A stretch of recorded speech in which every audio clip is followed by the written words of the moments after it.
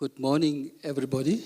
I'd like to welcome you all, our in-house guests and those at home, to the official studio unveiling of Stanley Benjamin Similo Studio on this day, the 8th of July at 10 o'clock at the NBC head office in Cullinan Street. My name is Cassius. My second name is Tarsicius, and the name that I got in Katutura is Masejo, and the brand is Mweti. I hail from Gamengda Lokasi.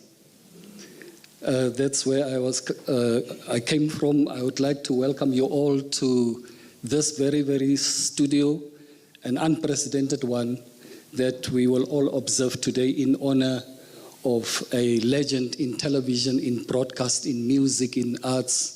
And he also hails from the same communities that I come from, Katutura, Upington, Ovamba Lokasi, and now he is in town where our colleagues are that we call Umdanki. Now we will talk about Umdanki a little bit later. I would like to recognize the presence of Deputy Minister, Honorable and Dr. Charles Mubita, the Deputy Minister of Defense, Lazarus Jacobs, the Chairperson of the NBC Board of Directors, Mr. Stanley Benjamin Similo himself, the Director General of the Namibian Broadcasting Corporation.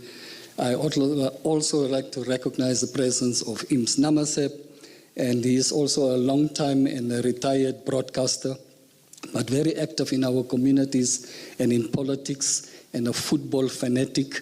And he had a long CV. If I get into that, we will not finish this event. I'd like to recognize the presence, particularly people on the program, Miranda Stein. I'd like to recognize the presence of Victor Hangula.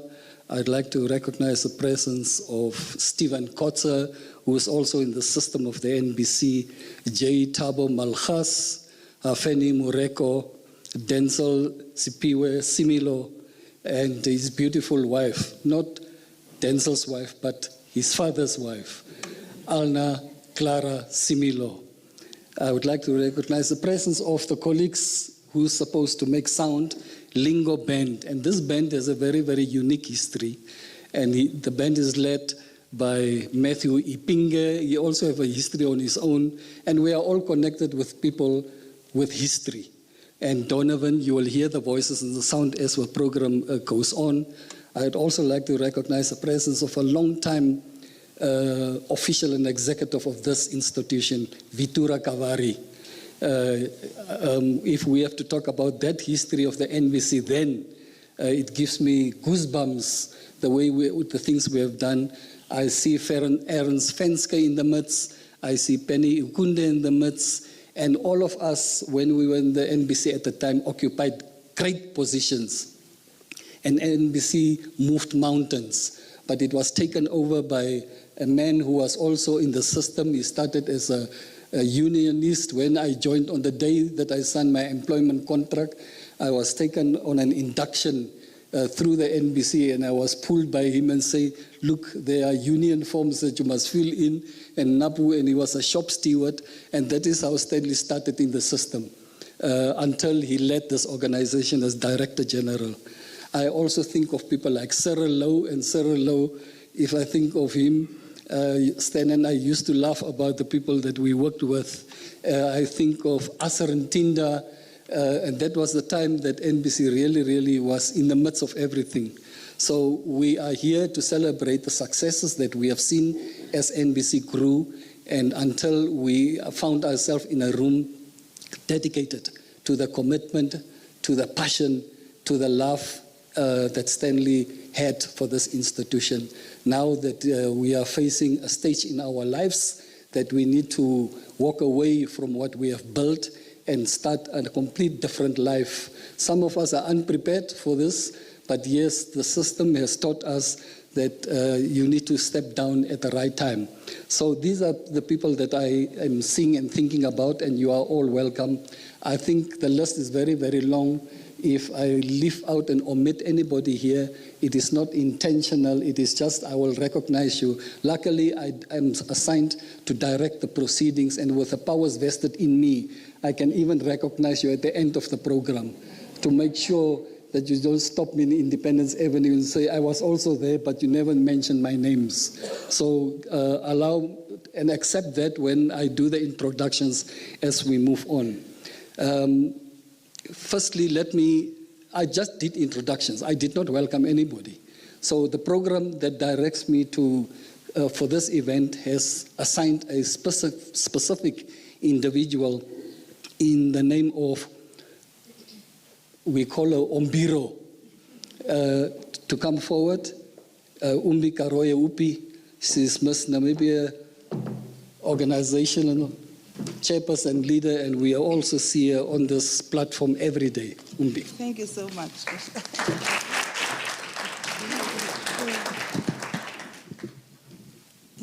Oh my God.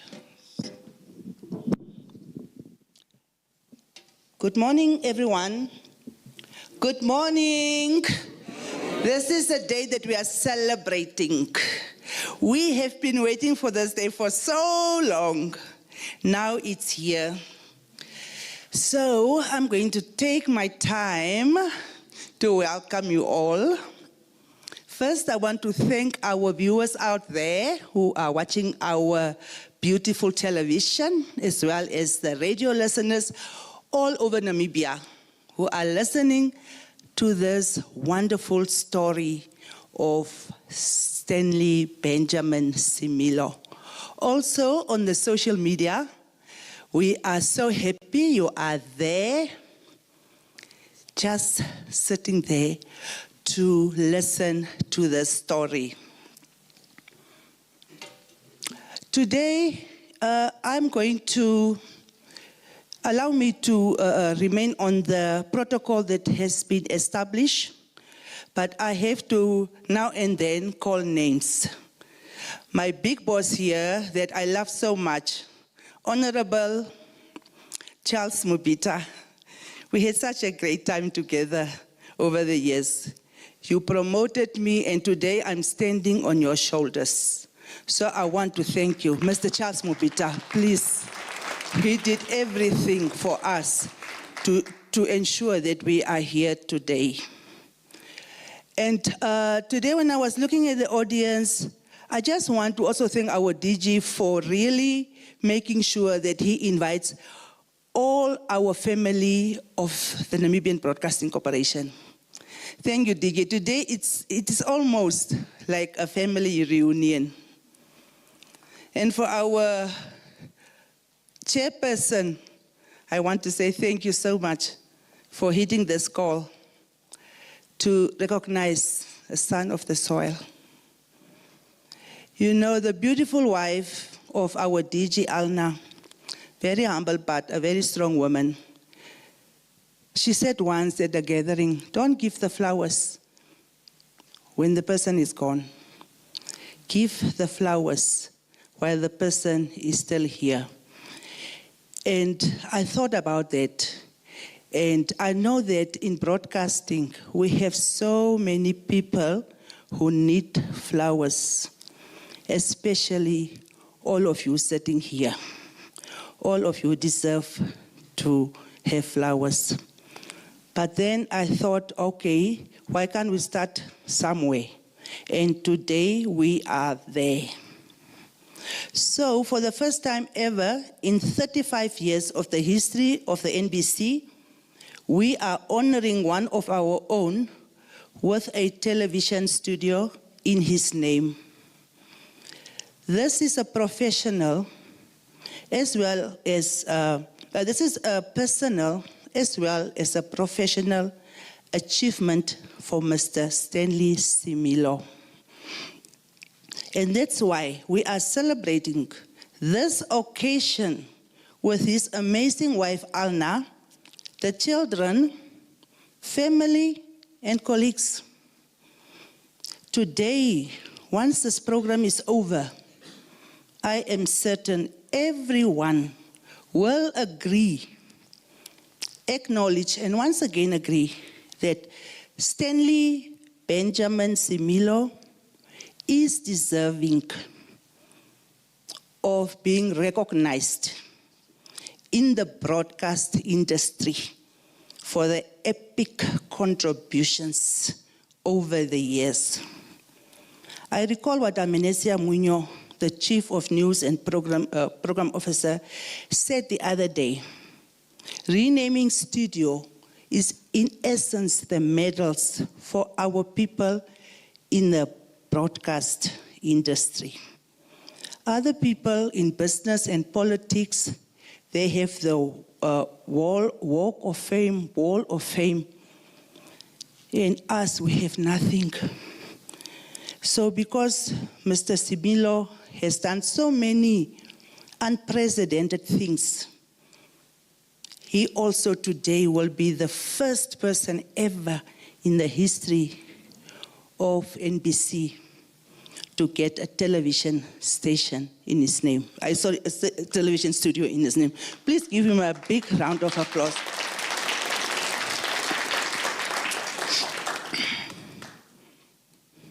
Imagine having worked as a cameraman. That was the DG there. No one, the young ones won't know, those Miss Namibia finalists sitting there. He was a cameraman. And he rose through the ranks to become one of the most outstanding director generals in the country. He has, yes, give him a round of applause. He has proven through sheer hard work, determination, and discipline that you can become anything you want. He's a disciplined person. Doesn't take alcohol, doesn't come late to work. You know, you are like, I don't want a boss like that because he makes us feel ashamed. He is doing everything that leaders should do. He is running this organization by example. And many of us can attest to that. Today you will hear his story of humble beginnings. The word story stands out here today, story. Usually when I give a speech, I always have a theme. My theme today is about story. What is storytelling? Storytelling is crucial for both personal and professional development. And I know Vixen Angula and Tate Katutura there, and Vula, you are like, yeah, that's ours. How are you claiming it? We are the filmmakers. But we are the journalists and the producers. We are also telling stories. So you see there how important the theme is for all of us today, the story. And storytelling fosters empathy, you know, to feel how the other person feels. You have empathy for that person. Cultural understanding. You don't say, oh, she is a Tamara, she's a Herero.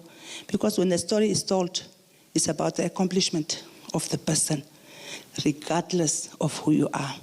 And us in Namibia, living in a diverse country, we tend to move towards that, which is not good. But today, when stories are told, when our stories are told today, when the DG story is told today, you will see what it creates. Pride.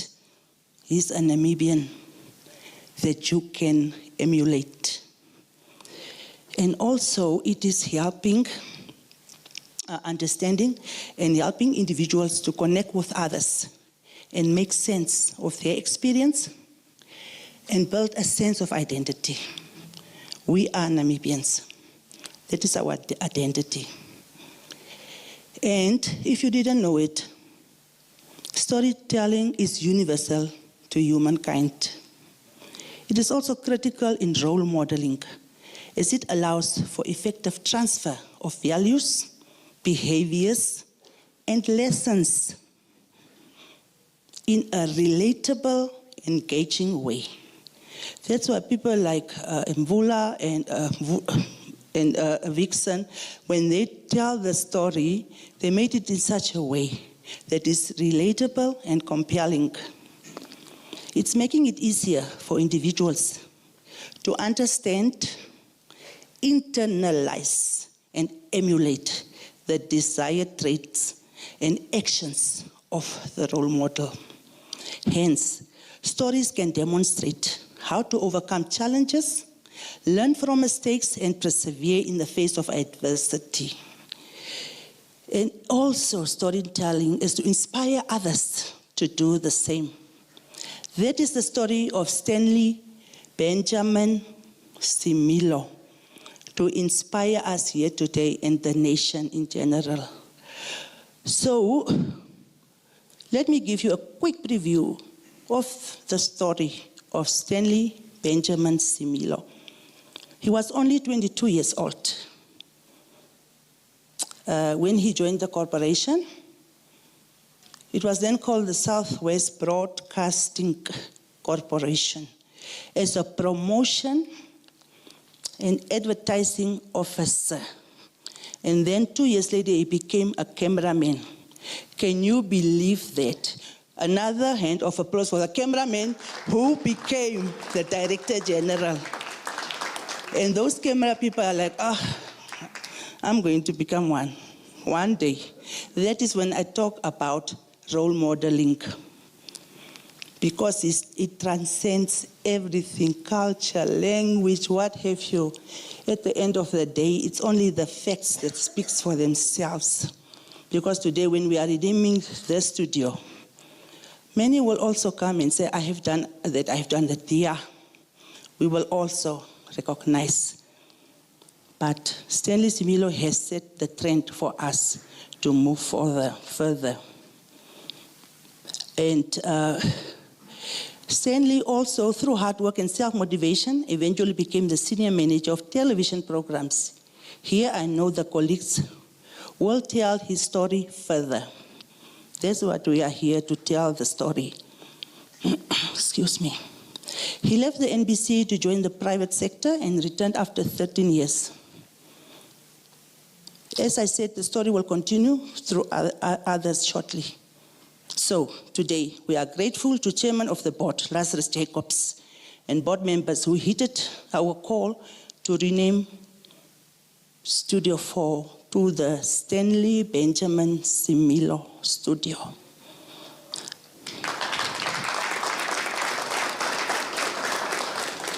I'm looking forward to hear more on the beautiful, inspiring story of Mr. Similo, because now I have to go, because otherwise I will be standing here and talk. No one will get me off here. So thank you very much for listening to me.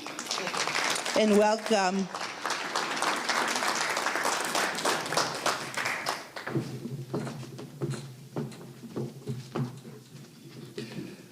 Now what Umbi says in terms of when she talks about my brother Stan, she gets completely overwhelmed and she doesn't stop. I remember at one event, I also directed the program, and when Umbi spoke, I had to step closer and just whisper that she should get to the conclusion of her speech. That's Umbi and how passionate she is towards now. The program directs that we should watch a video clip, and I think I'll just allow that to happen so that we get ready for next performance, a solo performance. And I will announce the artist later as the opportunity presents.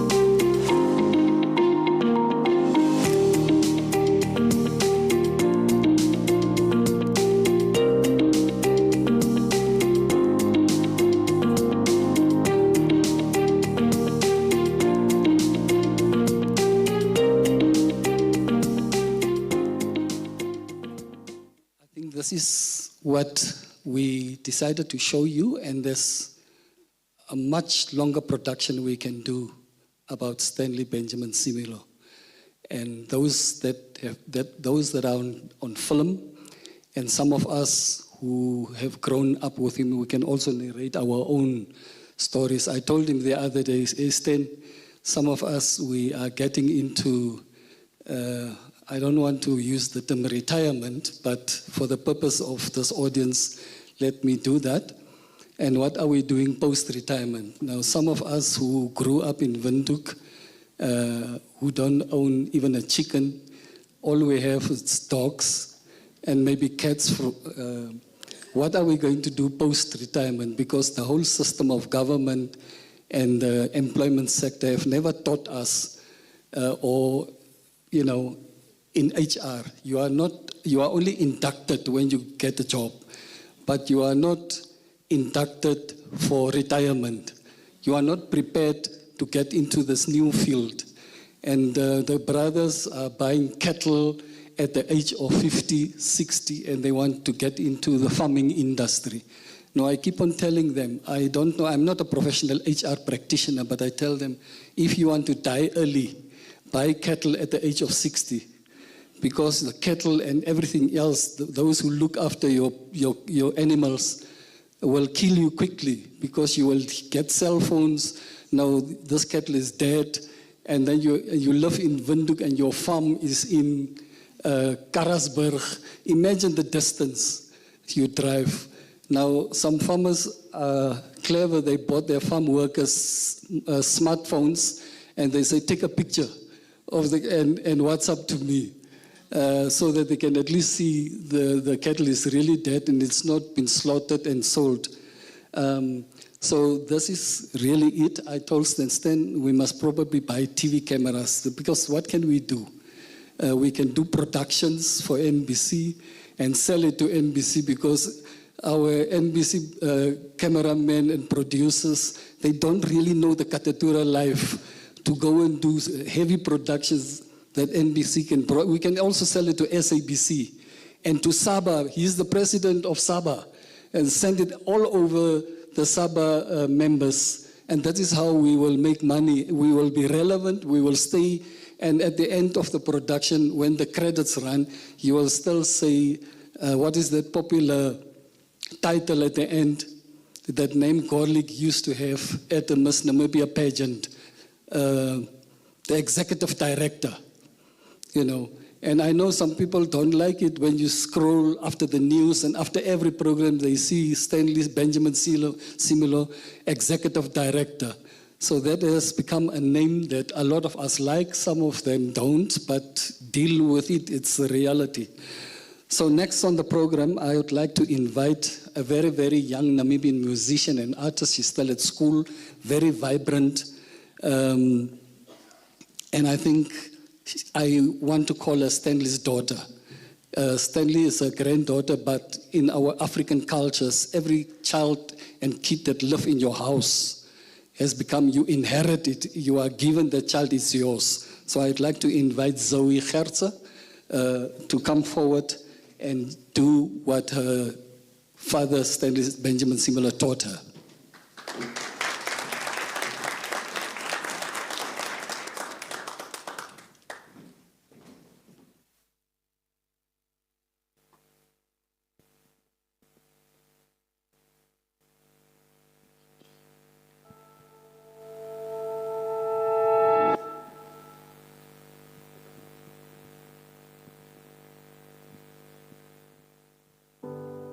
Broken down and tired of living life on the merry-go-round. And you can find the fighter, but I see it in you, so we're gonna work it out and move mountains. We're gonna work it out and move mountains. And I'll rise up, I'll rise like the day, I'll rise up,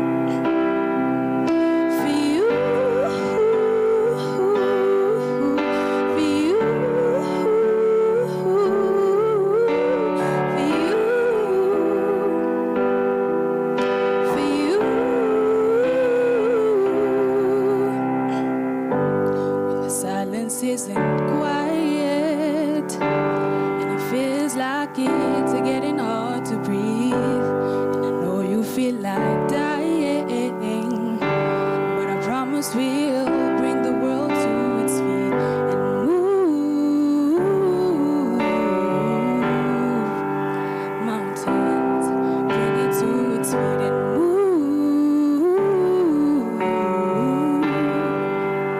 mountains. And I'll rise up, I'll rise like the day, I'll rise up, I'll rise unafraid, I'll rise up, and I'll do it 1,000 times again. For you, for you, for you.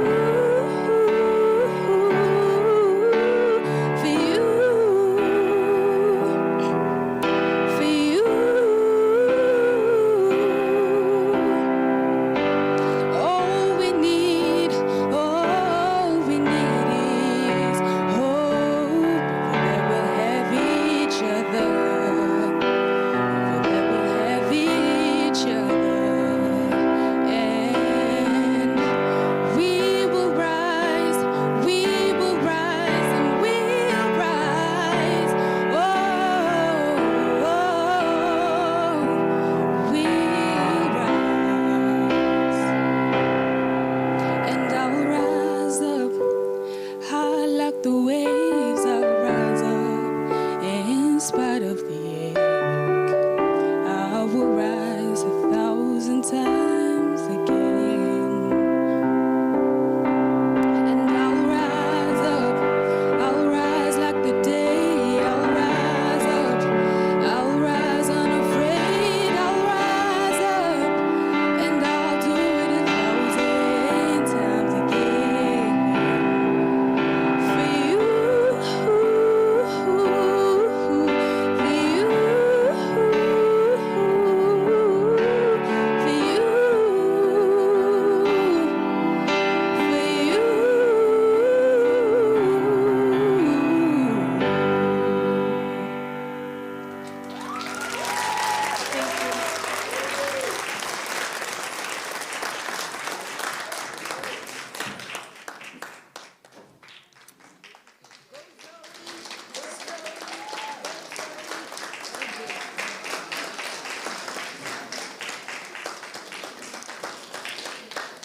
This was Zoe Gertze, and I want to say that she has Similo blood in her, because the music, the voice, how she managed the highs and the lows in the tone is typical Similo, and I'll tell you why. There's one old man, very, very talented. He was called in the old location Warmgat. And if you think that I'm using abusive language, it's not, it's a name that was used by the system then, during the 50s and the 60s. And his official name on his ID at the time was Johannes Moreko. That's Stanley's father. And he had a band of his own, and he was a saxophonist, top quality. And he owned his own newspaper, and he played music for our parents, those who went in exile in old location, what we call today Hochland Park.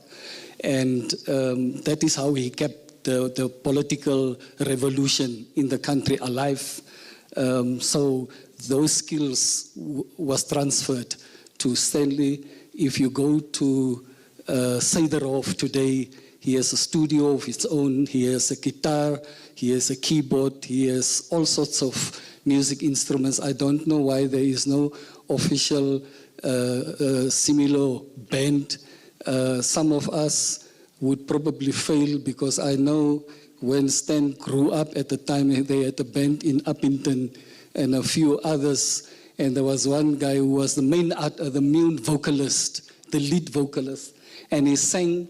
And everybody was on the drums and on the guitar, and he had the mic. He's the only one on stage with a mic at the time. And he heard a very false voice, as we call it in Afrikaans. And he screamed there on stage, "Hey, wie sing so false?" And he's the only one with a mic. And the band says, "It's Jay what to sing."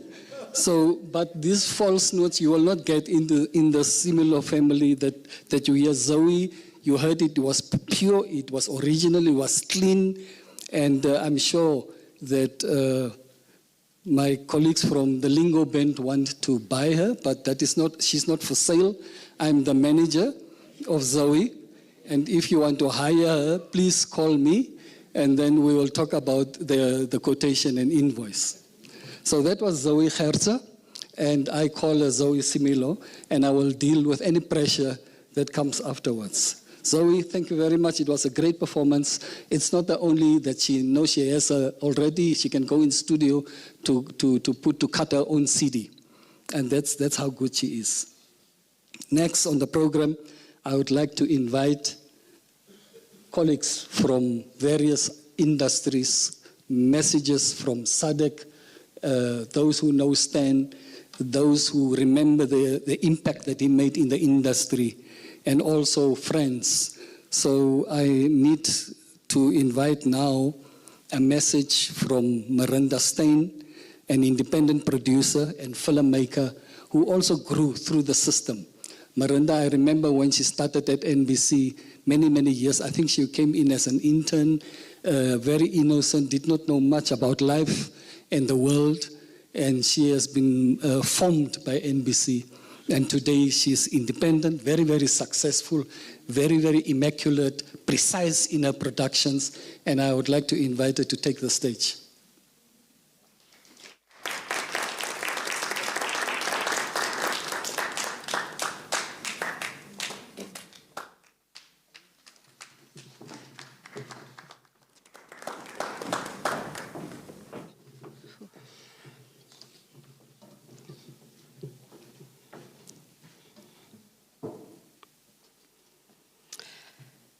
Good morning, ladies and gentlemen.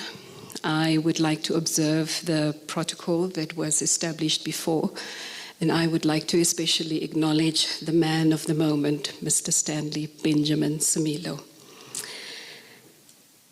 I cannot do this without going back down memory lane.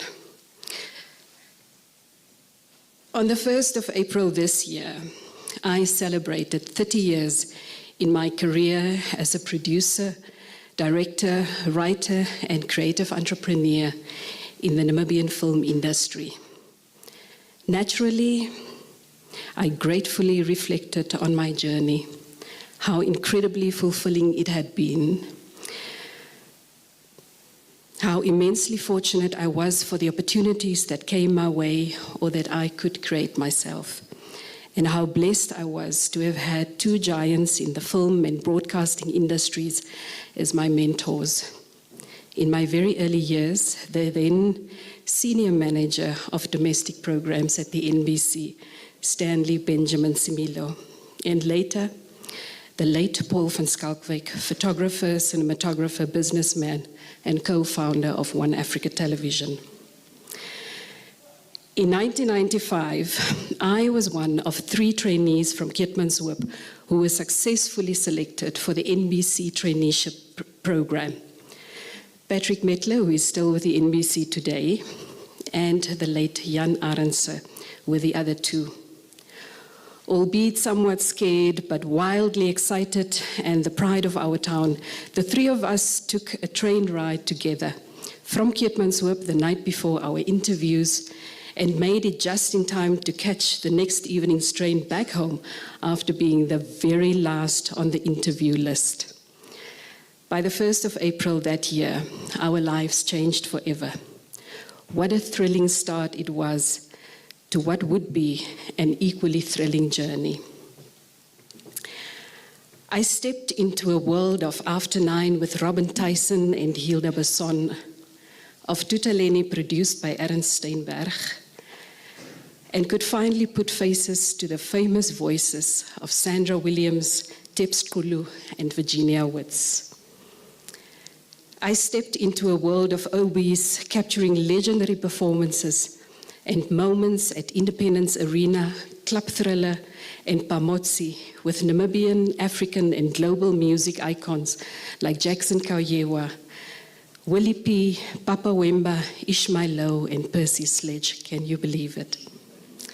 I stepped into a world of live broadcast at its nerve-wracking novelty phase, Miss Namibia, the Music Makers Competition, Independence, classical concerts, and end-of-the-year celebrations, church OBs, and witness in awe the advent of locally produced Namibian stories with the likes of Vixen Angula, Bridget Pickering, and Cecil Moller. My world expanded beyond fathom. Television and the world was brought to our people and by our people. These ambitious undertakings by the then Domestic Programs Department required vision, passion, and ingenious approach, and I suspect a fair amount of vocal wrestling in either the controller or DG's office. Today, that narrative is continuing at the NBC. Only now, Stanley is the Director General and gets to make all the decisions, or at least most of them, I believe.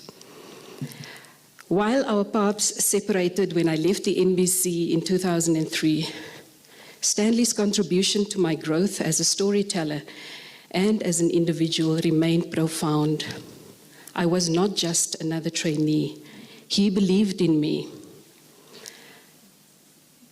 He believed in me before I did, and often threw me into the deep end, especially with live productions. He created a safe space for every one of us in his department to have a voice, to share it and fight for what we believed in. He allowed room for error for us to learn from. He allowed us to explore our country, rich and diverse in its offering, through our travels and our stories crafted. He allowed us freedom of creativity, loudly applauding and gently correcting.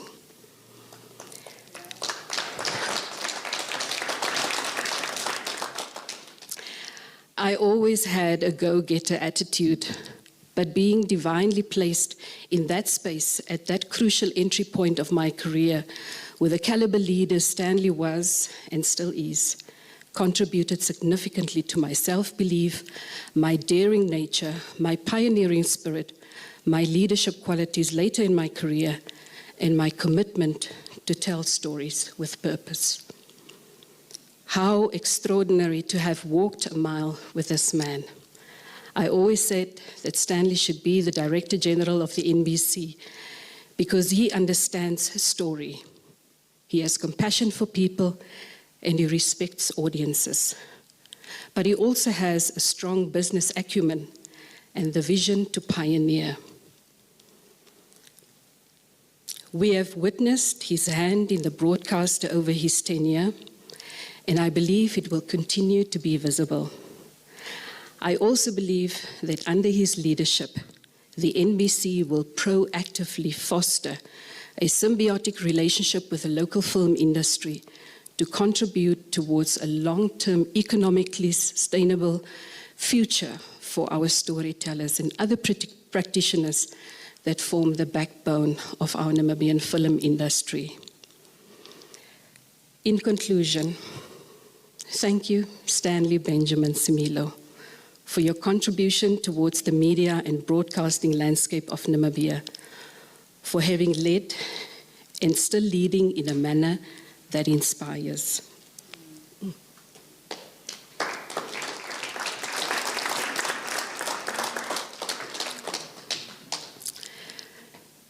For inspiring to dream big, to leap with faith, to challenge the status quo, and to build a legacy worth upholding. That's the stuff legends are made of. And you are one, Stanley Benjamin Similo. I thank you.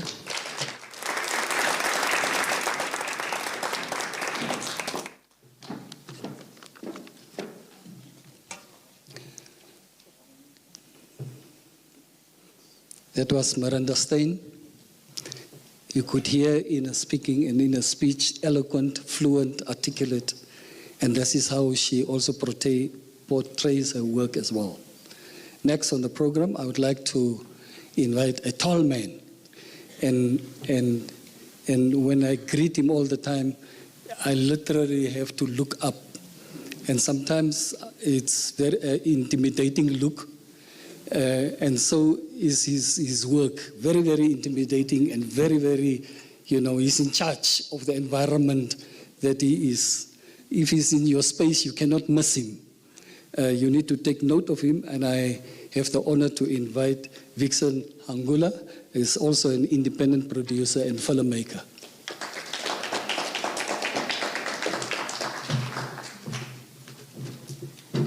You see what he's talking about? I'd like to believe that he was probably referring to my late friend, Freddie Philander. He is the only one that fits that character and that description. Ladies and gentlemen, very good morning. I won't mention my name, it was already mentioned. I really am here just to pay tribute to one of the people that made a lasting impression on my career and on my person. I don't remember quite well how I came to know Stanley Similo, but what I remember is that I was then at school, and as a creative, I was doing theater plays at school, and I saw myself in my career in the broadcasting world.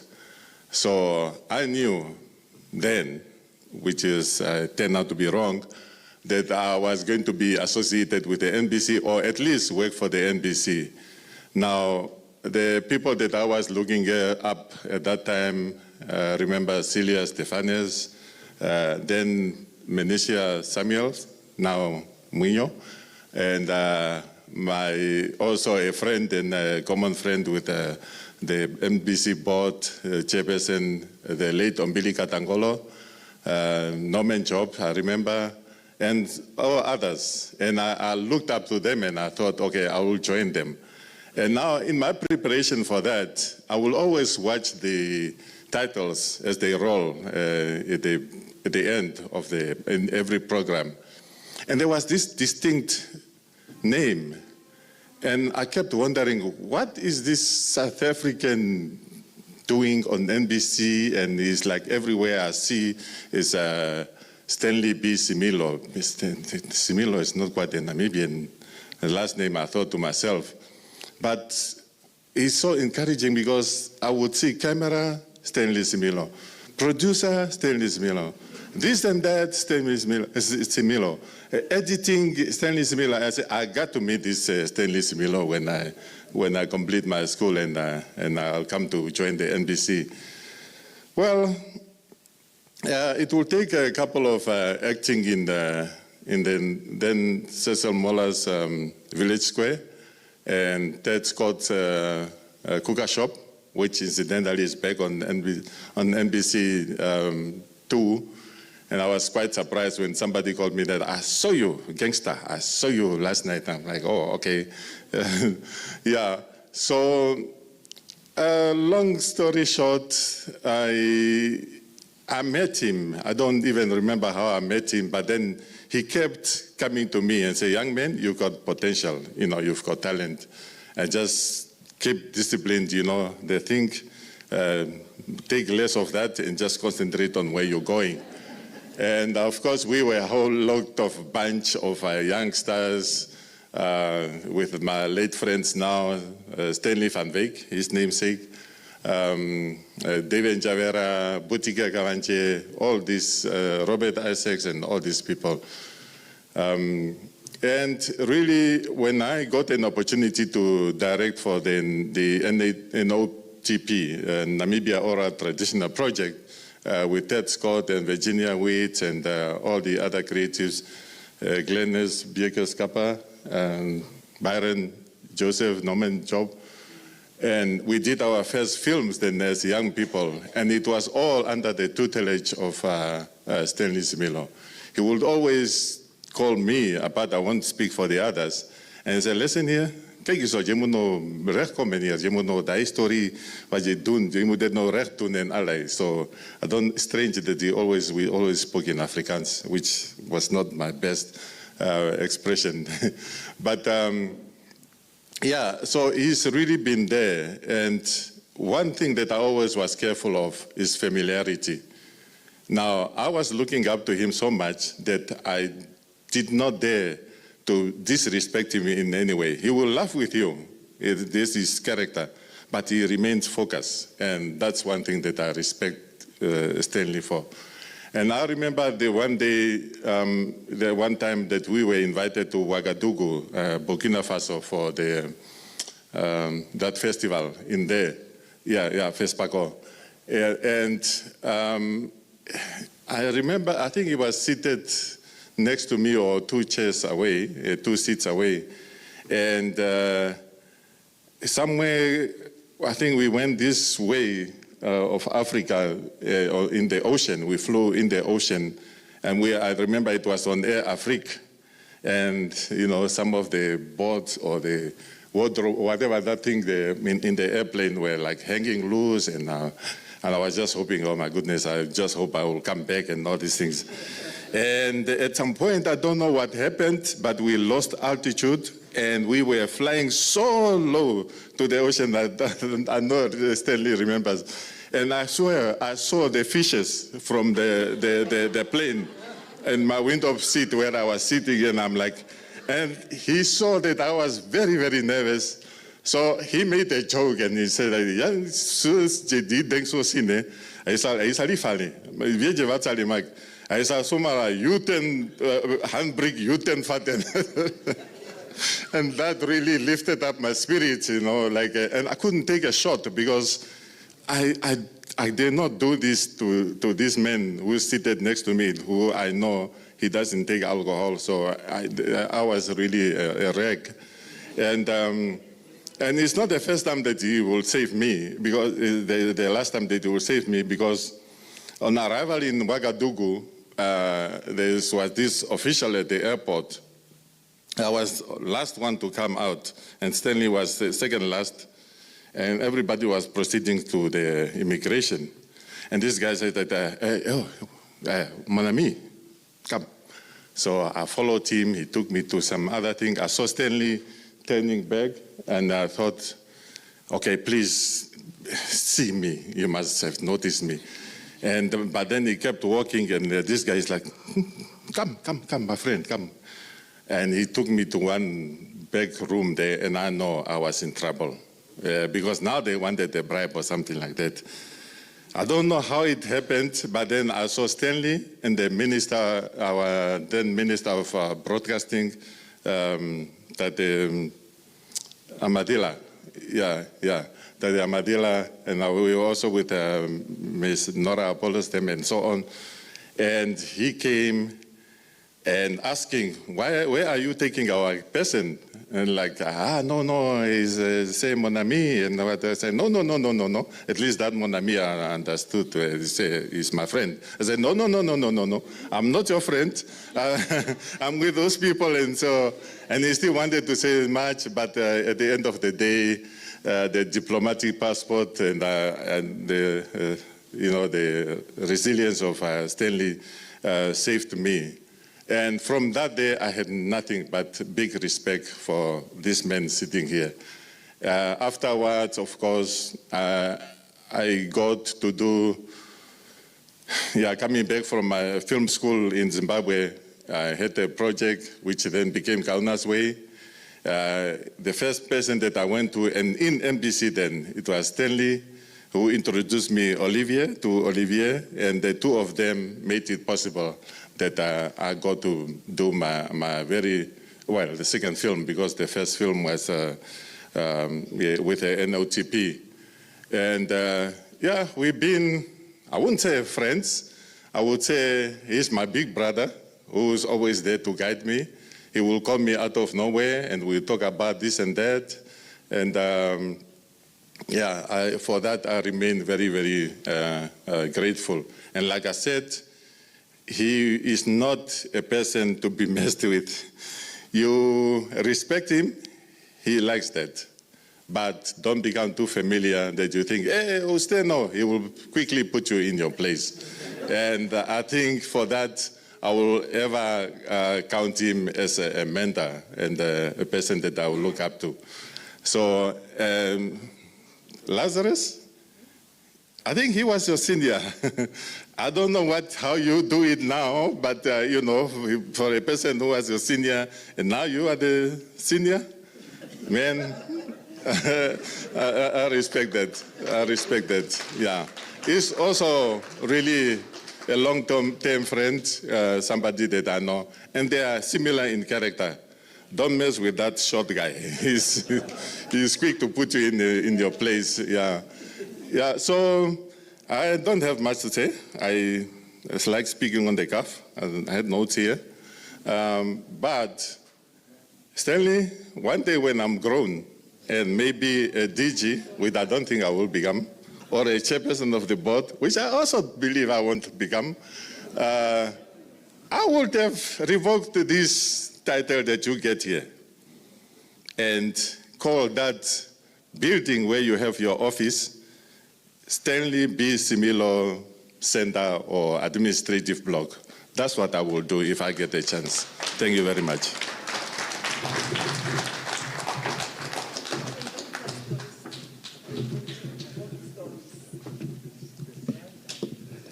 So you are guaranteed of another event when the head office is named Stanley Benjamin Similo Head Office. Now, I've got to invite somebody to the podium, and this person is also another colleague of ours. We became friends. I think him and Stan and I became very, very close. We spoke on a lot of topics, family things, you know, work, football. But this one that I'll call is very controversial in his own right. He will take controversial decisions, and then when Stan and I is looking for him, then he says, it's underground. I remember on Mondays when we were still actively involved, Aune Shipanga was the controller TV, if my memory serves me well. And then on Monday mornings, we are looking at on the problems that we have seen on screen. And we'll discuss those problems. I don't know what was that meeting. That was not the name. There was another name. TX meeting. That was the name. Now, Anna was in charge of TV, and she was chairing this meeting, and it was just after Easter. You know, Easter is a very, very long weekend. It's Monday, and Fridays are most public holidays. But television is running, and then we sat there, me, Stan, and the person that I will invite.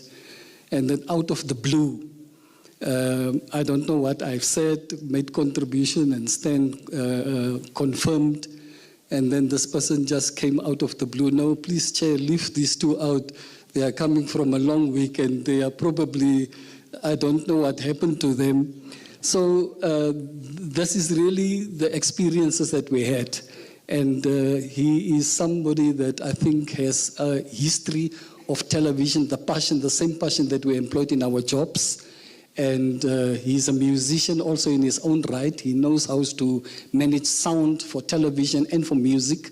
And he has taught Donovan and everybody else. I see William Peterson here. William, I want to recognize you as well. You know, if this is a man with a very, very, very deep voice, probably the deepest in this room. And if there's an opportunity, I would like Lingo Band to give him an opportunity to just to sing something. So I would like to invite Stephen Kotza. He hails from Ochiwarongo boy.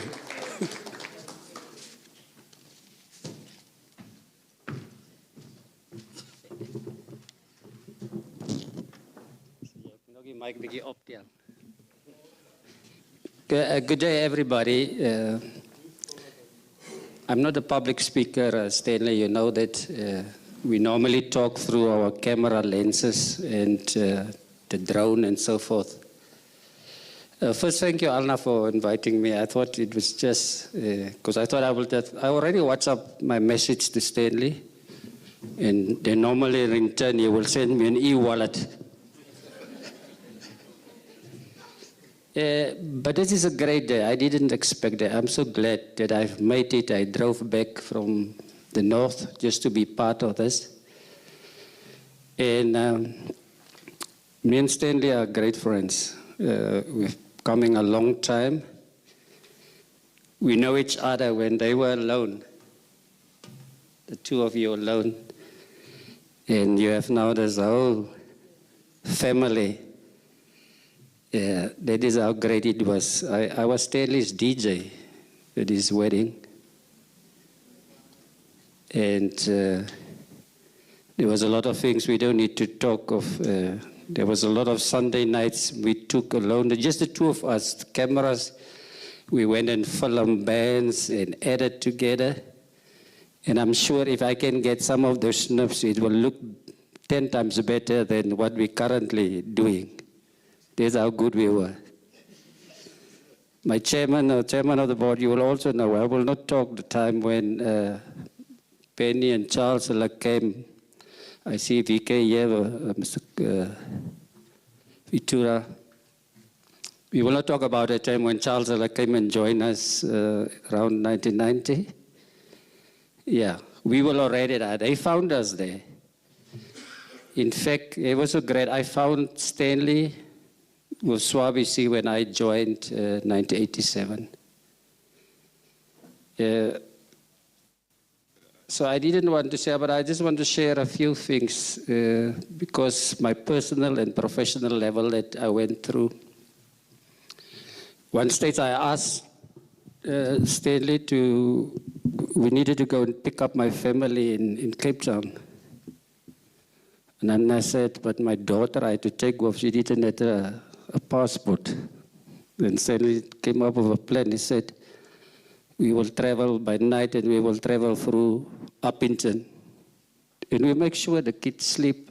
You remember with that yellow Opel? She was just asleep and we throw conveyors over. And we smuggle her through the... Can you believe that the same Stanley you guys are talking about? We smuggle a kid into South Africa.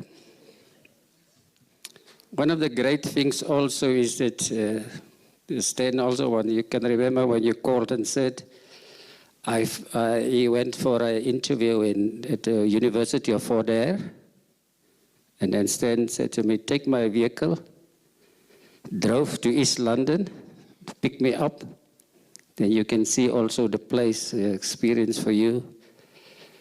And then what was very profound of the trip, you took me to a house in, I don't know, Kingston Township. It's in King Williamstown, round about there. And he went in to introduce me to the family he was staying while he was schooling. It's a boarding or just accommodation. And next to the house was a museum. And then we had to learn that it was the house of Steve Biko. So Stanley was the neighbor there during his years of school. It was very profound. First, that's the thing where you don't speak publicly. First, I wanted to say thank you to Stanley and the chairman of the board. I wanted to congratulate them. Is it Caitlin Bosman? Caitlin Bosman on the prize she won yesterday.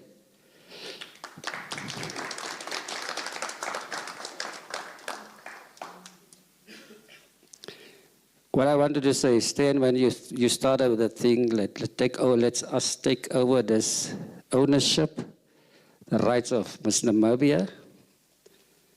There was a lot of people that had funny things to say, and still doesn't believe, still question what that brand is bringing to us as NBC, to develop NBC.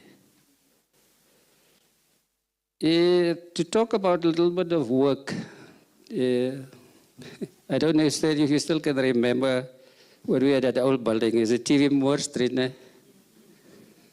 That street, Stanley and Sheldon Court, so they had to create something, a sequence, opening sequence for a program. And it was not those things that we had today where you buy templates and stuff. They literally had to cut out the numbers, the names, or the lettering of that name of the program out of foam, paint it, different colors, put it on a kind of a platform, and then somebody had to blast it. You have to blast from an angle so that the camera couldn't see it. You're filming it with the camera, and then you play the reverse. That's how they create that logo thing. I talk about other things, New Year's best. This thing that is now the New Year's best. We call it the New Year's best. I see my brother is here, William Peterson. That thing, we started off, Stanley started off as the manager at programs. We asked Transformative to borrow us 2 trailers. This is normal long trailers where they put up the containers. And at the parking that opposite Kalari Sense then, we parked those 2 trailers. Willie had a PA system, he availed the PA system to us. And that's how the New Year's best started, with 0 budget. It is one of the things you have started. I see the city of Windhoek is playing now like it's their property or their, yeah. Let me also share with you, under Stanley's management, you took New Year's best 3 times to Swakopmund. The first time we had it at the Strand Hotel. The second time we had it on the soccer field in Tamariskia. And the third time we had it, where is it, arena in town? Some arena. And another something I will also remember was when we had it there, Stanley got together the whole of Ugly Creatures. You know, some of the Ugly Creatures members was abroad in exile. And when they came back, Stanley selected a project and said, let's get all these guys together, let them rehearse at the radio, and we took them to Swakop to perform the reunion of the Ugly Creatures. And the great thing, they were all alive, all of them, and we formed. I think that was the only time that maybe some of the members got paid to come and rehearse. But they were paid for rehearsal. And if I can recall, who can still remember the group from Keetmanshoop, Drukkie, the little number of vowels? Drukkie vir jou en vir my. Want vir my, but you can remember that. Shiwelele. Impact is 4. Yeah? You recall, that was the first time on your managementship programs when we started the first live shows, having a band perform out of Studio 2. It was the first band that I can recall was that one from Keetmas Drukkie and 2 Shiwelele. And then we had Impactors. Of course, they were miming back. We didn't take that chance, or we were not there for them to play live.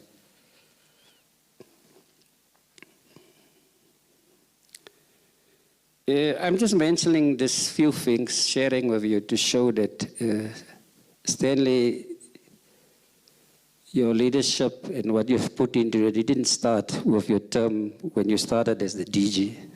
It started a long way back, as we will read from you from before 87.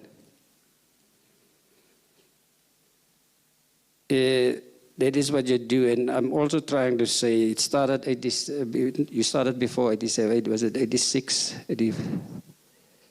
I started 87 and then I found you. In the 13 years, they refer to when you took a break from NBC. It's the time you sacrificed, where you went and get you more trained up in law, finance, HR, IT broadcast, common law, just to come and put it back into NBC. That NBC can just be thankful for you. But also, but Stan also told us to have fun. We had a lot of fun. I must tell you, even it's been a long time since NBC, we as a group had fun together. We had special days where we just had fun and have laughter and enjoy each other company and appreciation. In conclusion, Mr. Similo, as a friend and as a mentor, I'm telling you there is not many, I might go on some small places now, but I can tell you there's not many board members, senior members, managers, and even a lot of our young signing lights that can appreciate the evolution and transformation of the NBC. But this was our life. We lived it. We lived this 40 years, 38, 40 years, seeing this place coming from where it is today, where it is. Sadly, sometimes we don't have a lot of good things to say when DGs left, when they're gone. But you in particular, Stanley, there's nobody that can deny the phenomenal growth on our airways in terms of TV, radio, and digital. When you leave, I can tell you, you will leave this place on a high note, or you will leave it on a very high note. Thank you for what you have given us and for me. Because the simple thing, last I wanted to say is you teach us to be humble, listen with an ear to ear, and to have meaningful interact. You also teach me in particular, you can have the best educations and skills, but if you don't have the right character, it will help you nothing to part with that and help somebody guide some of the others. Thank you.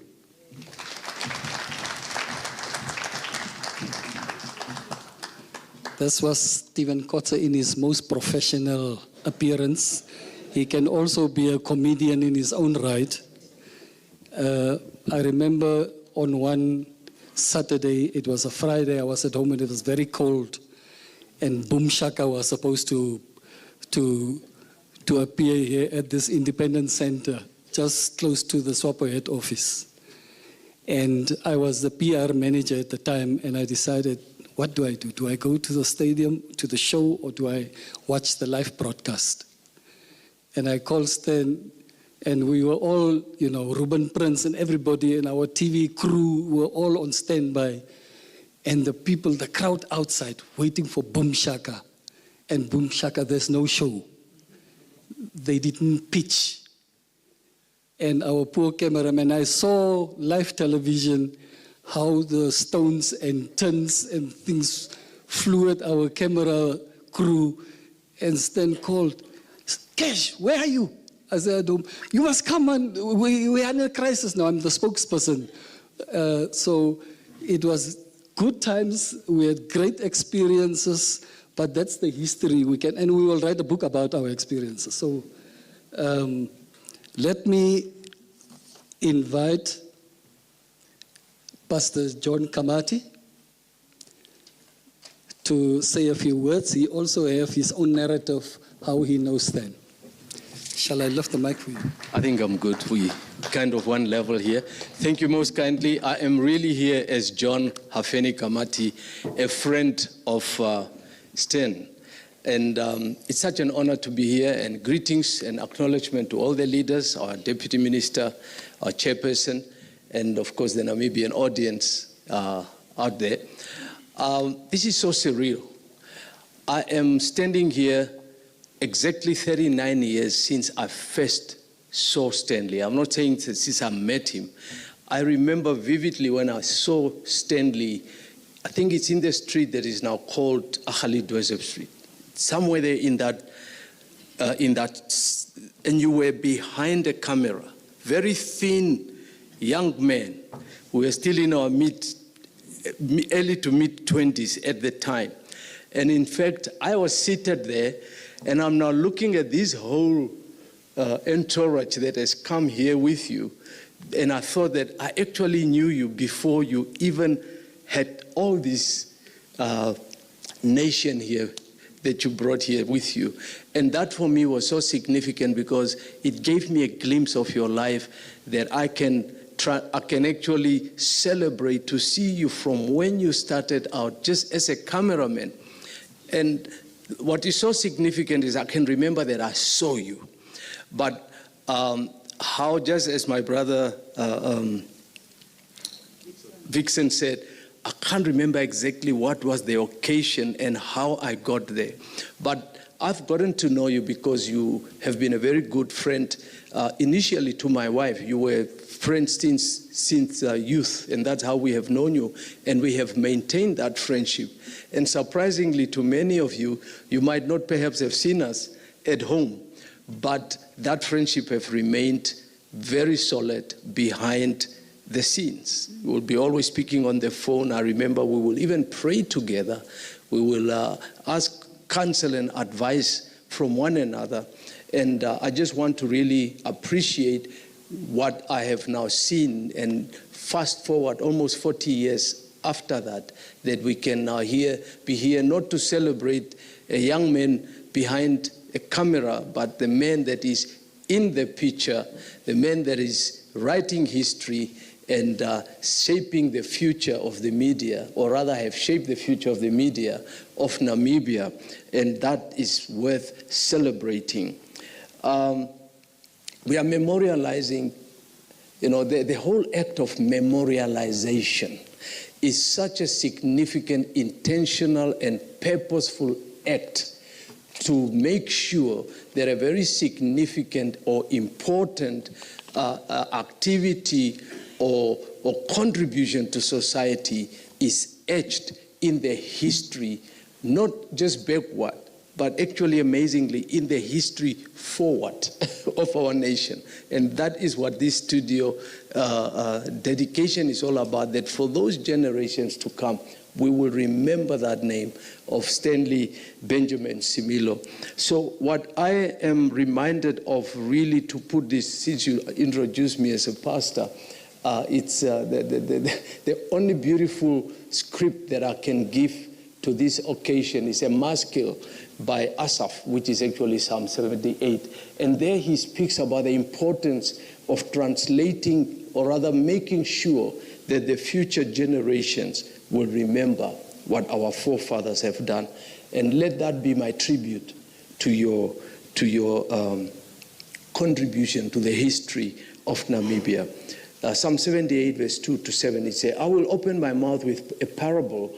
I will utter hidden things from of old, things we have heard and known, things our ancestors have taught us.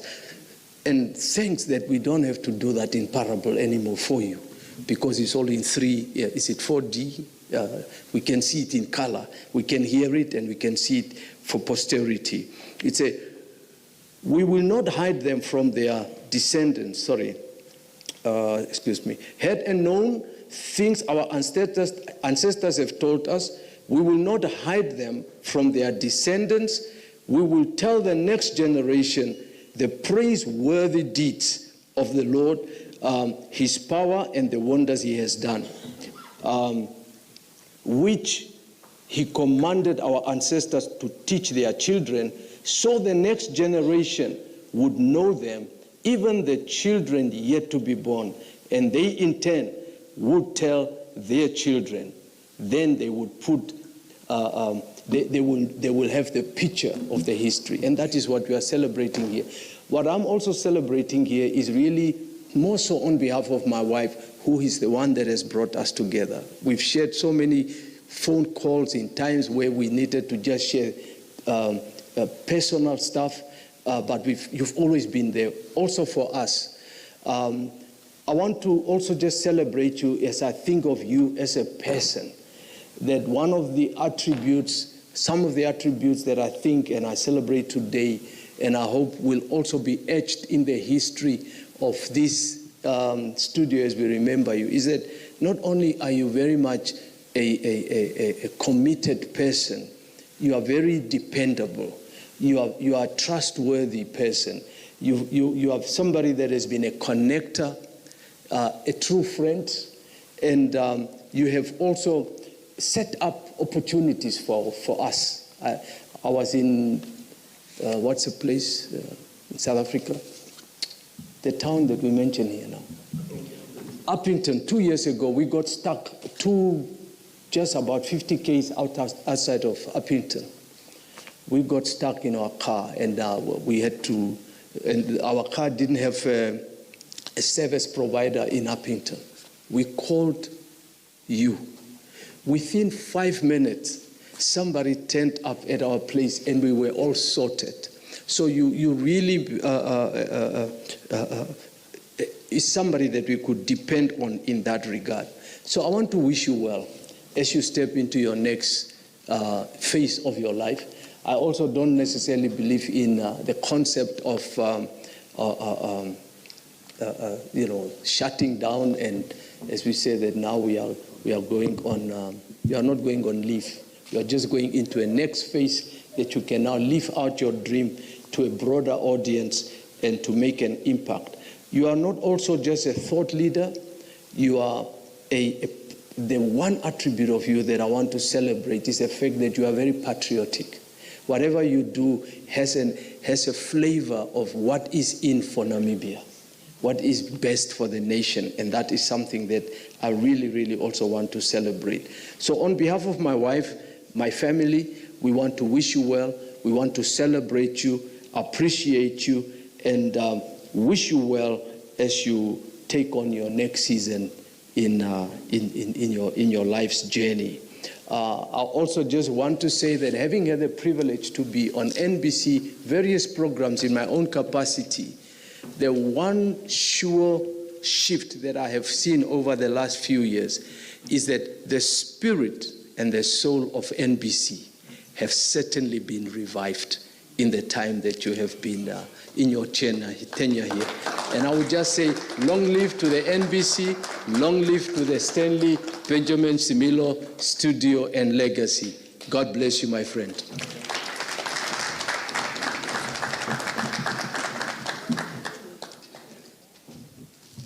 So as a MC, I don't have to tell the speaker, please get to the conclusion. I just walk on stage and they know it is the time that they need to conclude.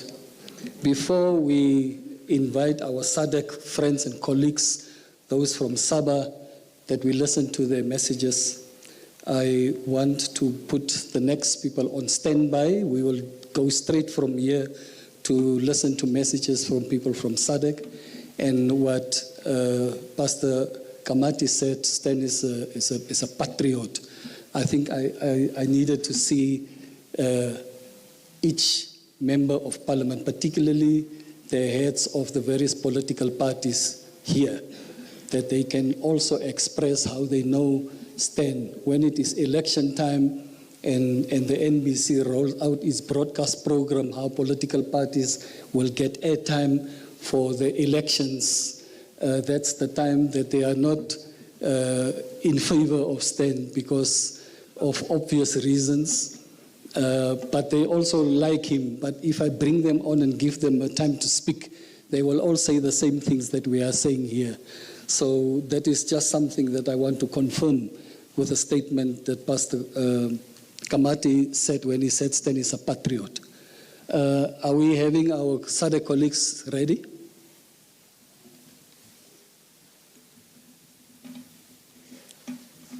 Can I get confirmation? Okay.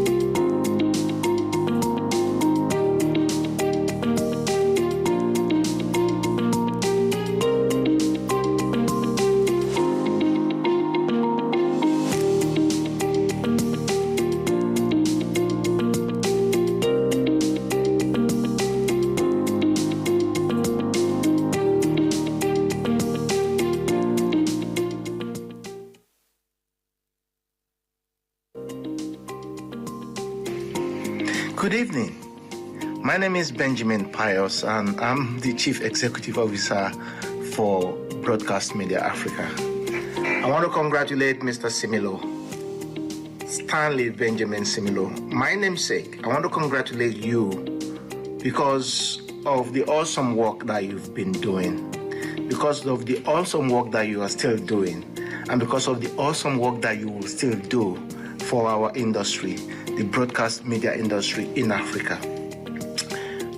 You've been excelling, you've been doing wonders, great stuff in Namibia, and I've known you for a few years now, and I can say categorically without mincing word that you've been a stalwart.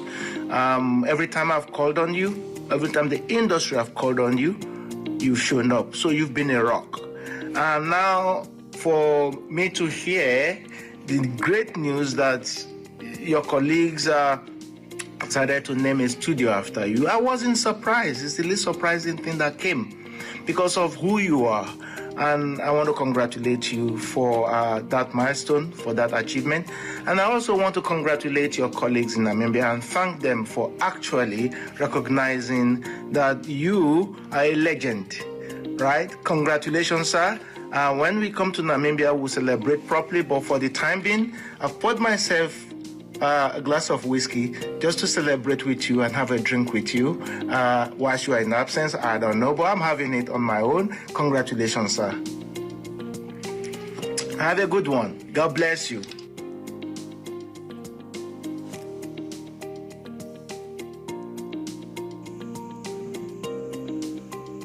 Greetings from Eswatini, Mr. President, my dear brother, on this well-deserved honor. Your great leadership is evident to all. Over the years, we have seen NBC grow in leaps and bounds under your leadership, to the point where NBC today stands as a shining example of excellence and innovation for broadcasters in the region. What also strikes me or inspires me the most about you, Mr. President, is you haven't been satisfied with just seeing or achieving at NBC, but you want to see all broadcasters in the region really grow and become and compete globally. And you've always open to lend a hand and help us, give us advice, mentor, and help us achieve great things as well. So with that, President, we're really excited. Congratulations, and thank you for everything, President.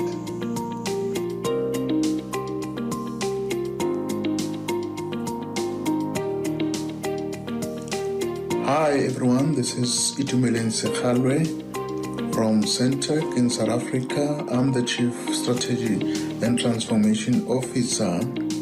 I have the privilege of working with Mr. Stanley Similo. He has shown some dedication, leadership, humility in our interaction. And I'd just like to congratulate you, Mr. Similo, for such a great achievement and recognition and honor.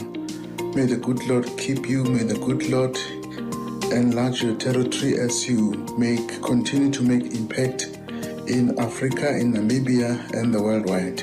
Congratulations.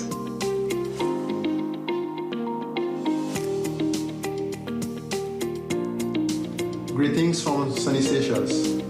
It is a pleasure for me to be addressing you on this auspicious occasion. I first met DG Similo in 2017 at my first Sabah meeting, which was coincidentally held in Windhoek, my first ever visit to Namibia and subsequently the Namibian Broadcasting Corporation. In that first meeting, I immediately recognized a leader and a visionary. And over the past 7 years or more, Dr. Similo, as I call him, has continued to impress and inspire me, and I'm sure many others within the Sabah family.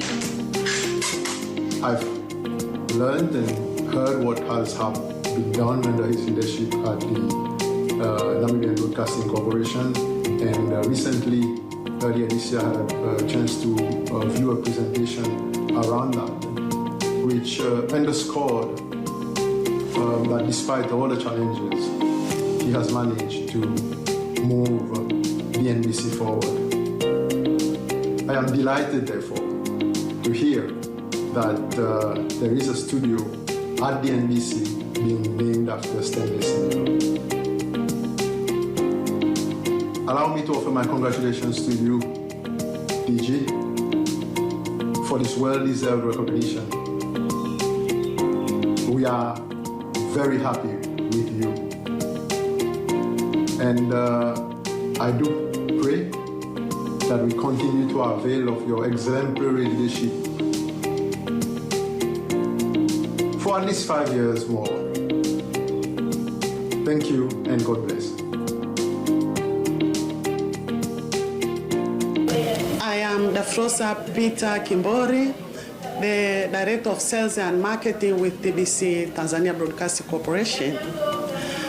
Indeed, it's a great honor to speak about the leadership of Mr. Stanley Benjamin Similo, the Director General of Namibian Broadcasting Corporation, NBC, and the President of SABA, Southern Africa Broadcasting Association. As President of SABA, Tanzania Broadcasting Corporation, TBC, has been working closely with him from different times in different events, such as SABA Summits, which has been conducted in SABA member countries from time to time. I remember in October 2023, when TBC hosted SABA Summit held in Zanzibar, Mr. Similo, together with his counterpart CEOs, made it very successful. In my view, Mr. Similo has made tremendous growth and improvement of the NBC by leading 14 SADC member state broadcasters. He believes in the power of media to bring people together, to educate, and to entertain the public at large. Not only that, but he believes in technological change, which aggressively lead to digitization and AI development that brings the world together.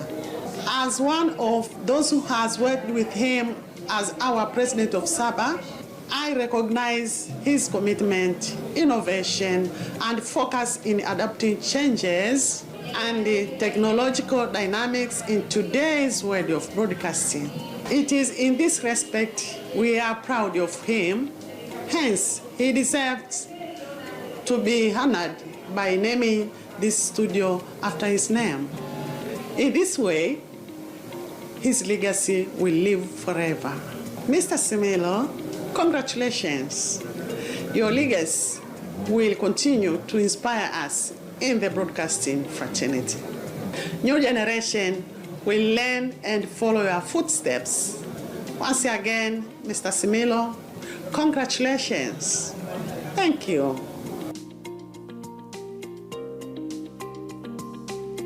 Let's go.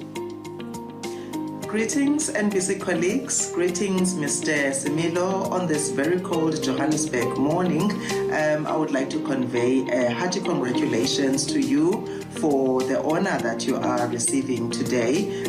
I would like to say that continue being the beacon of hope, the inspirational leader that you have been. Continue inspiring colleagues all over Africa in the broadcasting industry.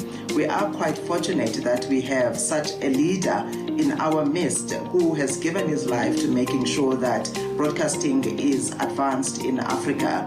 Recently, I spoke to one of your team members at NBC, and she said she has never seen such an amazing leader. She has never seen such an amazing man who lives each day to see progress and transformation. She told me that at NBC, at least 50% of your management is women. And this is something that you don't see everywhere else. I was in Europe recently for a broadcasting conference, and women made just 5% of the room. We're so lucky in Africa that we have leaders like yourselves who have given their lives to seeing that we are truly transformed, not just as an industry, but as society in general. So once again, congratulations. Continue being an inspiration to all of us who have come to know you. And with a special honor today, I am sure that your legacy is going to live on and inspire generations to come. Thank you.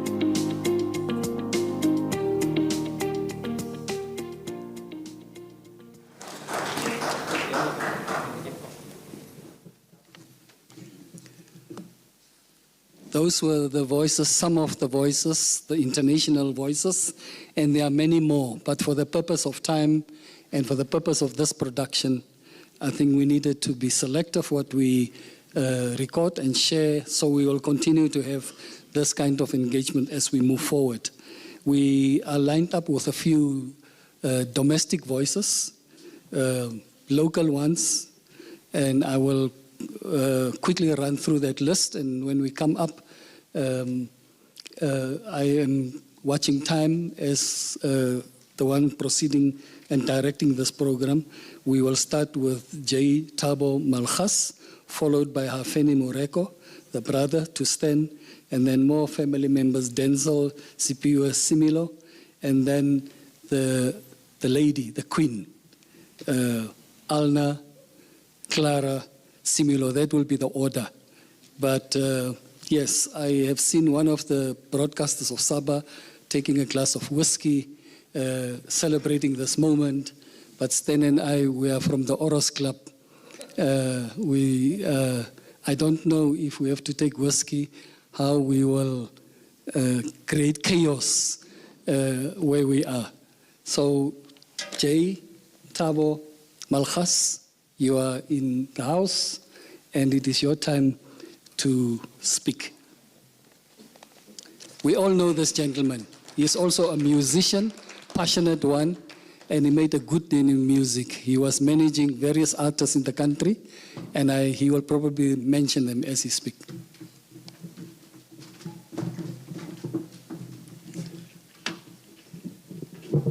Let me break the protocol. Can we stand and give Mr. Stanley a hand of applause? Can we just stand and give it?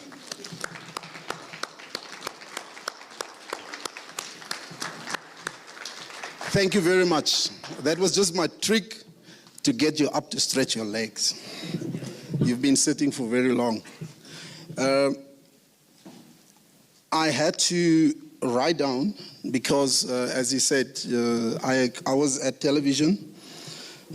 And you talk a lot, and I had to give myself guidance in terms of what I need to say.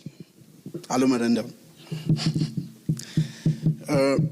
I don't know if you are aware of the background of Mr. Similo.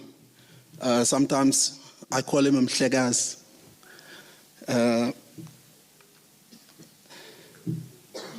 Our history is enshrined in culture, and we've been blessed, particularly between Namibia and South Africa, because we share a common language called isiXhosa.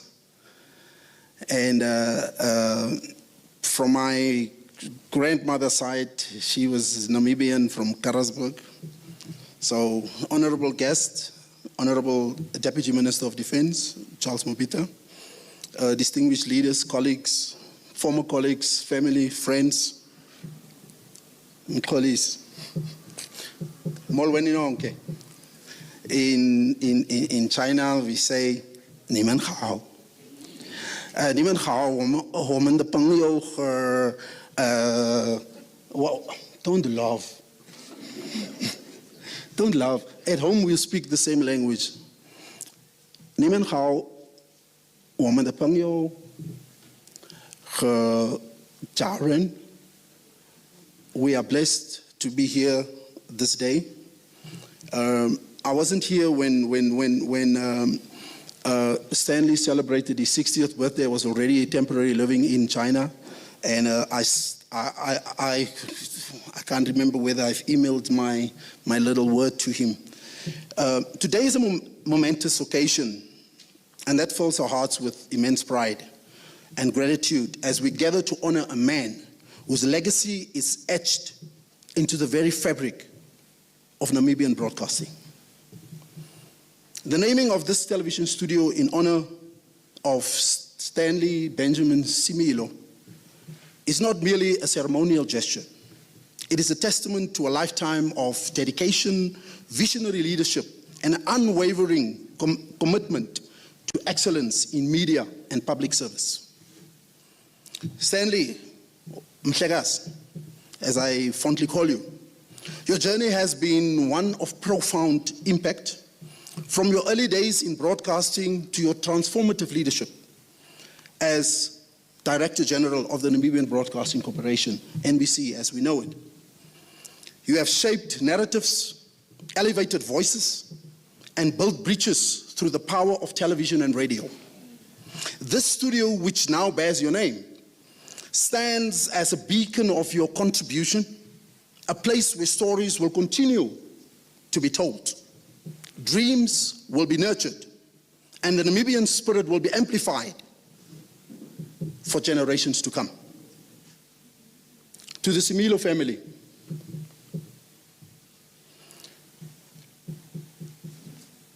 back home, sithi makube njalo. Please translate. Today is also your day. Behind every great leader is a circle of loved ones who provide strength, patience, and unwavering support. Your sacrifices and encouragement have been the foundation upon which Stanley's achievements stand. This honor is as much yours as it is his. Mr. Similo, your influence extends far beyond the walls of NBC. It makes me emotional because for me personally, you were the catalyst that changed the trajectory of my life. Years ago, you saw potential in a young man with a love for music and gave me a chance, an audition to the then popular show, the African music show, Penduka. And it afforded me the opportunity to interview people like Papa Wemba, Kofi Olomide, Joe Mafela, Jackson Kayewa, to mention a few names. That opportunity was more than a break for me. It was the beginning of a journey that took me across industries and continents. Your mentorship, your belief in people, and your ability to recognize talent before it even recognizes itself are the hallmarks of your leadership.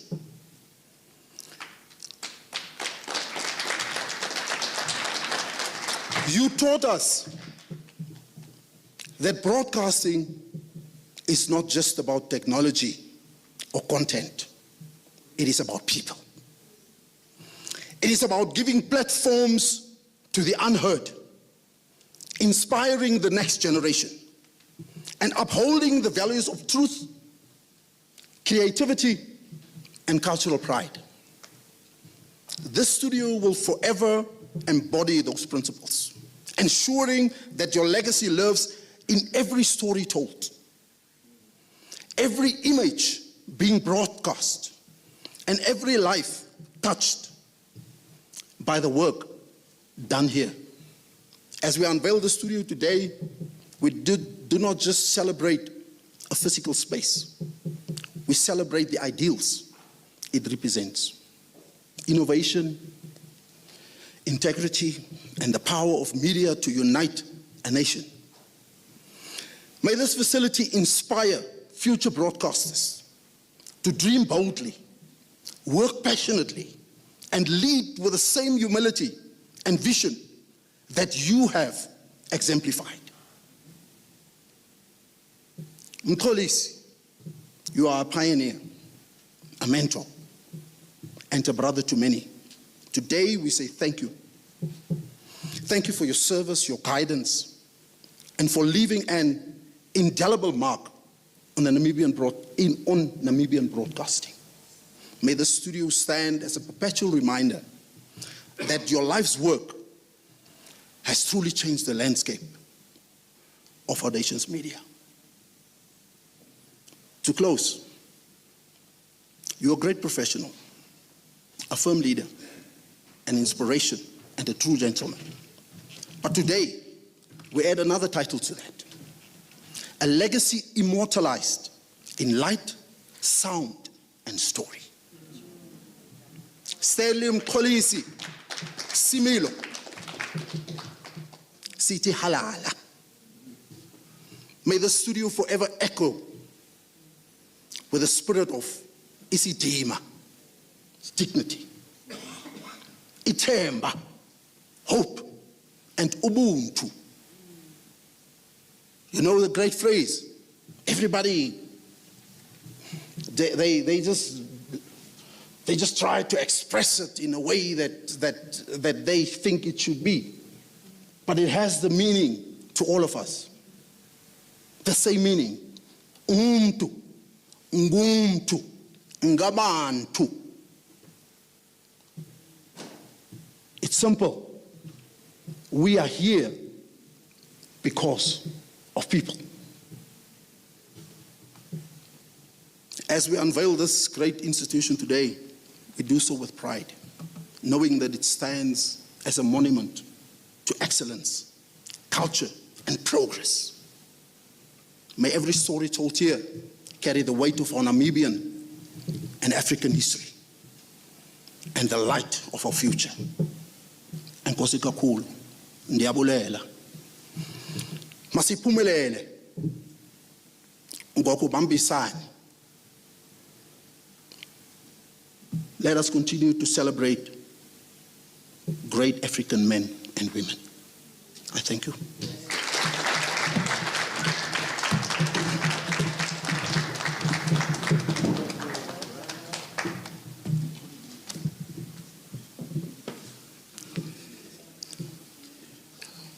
You know, artists and musicians, when you give them the mic to speak or to sing, they like to fiddle with a stand, you know, and then come back to, I don't know why they don't appreciate the height provided, but it's probably what they are trained to do in the industry.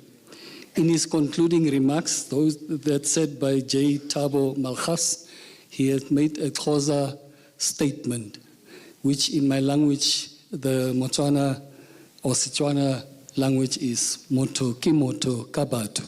That means in English, in Afrikaans, you are recognized by the people because you are part of the people. That is really, really what it is.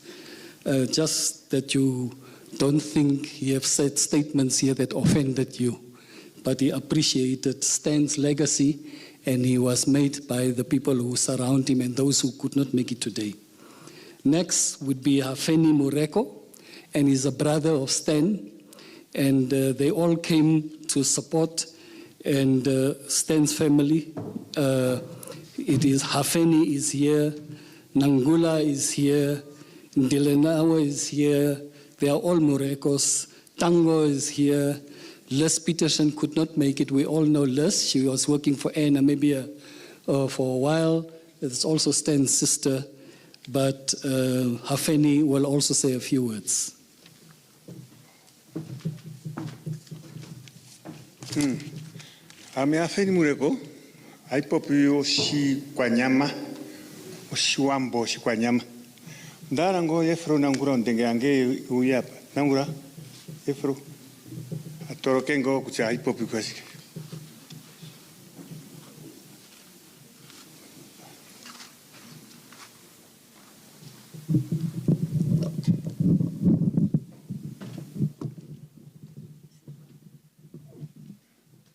O area pa nangura Mureko.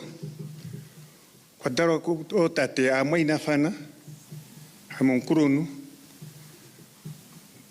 Darane kupopsane kutsia kombinga yamwa memeu turiapa to kosivirosae to ya kusidana e aforae ya arukirwa o studio ei yarukirwa uma memeu Stanley Benjamin Similo.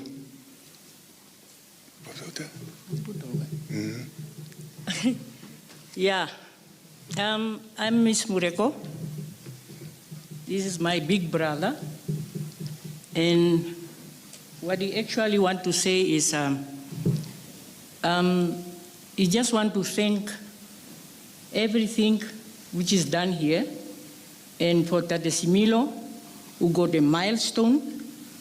So he's very, very grateful for his brother. So that's it. Haiti kucha Stanley sito karapa mwingaha. Kwa karango eriko kombinga yoko nori ayoko seide amondirioku amondakura na tate yoko akura na meme. Unene amondakurira unene pume kurunkwa epo. Yeah, Stanley is he grew up the other side. In Napinton, so and he grew up here in Namibia. So we all grew up in Katutura with our grandmother, but she's also late. Pehundara ne popsata tewetu Vanessa hakutua varamhata dafelai mureko otate dinara otate Vanessa no oeneta tewetu tusheno Similo. Yeah, I just want to tell you that the late Tate Johannes Mureko, he is my father, and he's also Stanley's father. So that is what you want to say.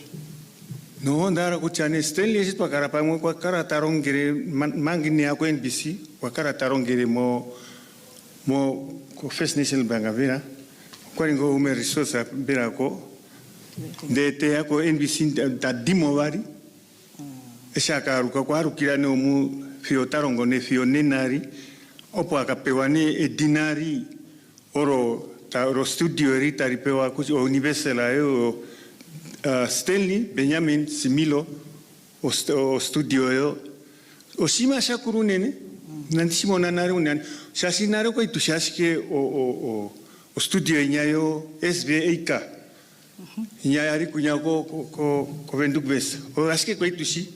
Sasho story no ko bampo skola tu nona kwa ingwa atiko skola o kuningwa o sinito lipo ondandi dimburko ho programa.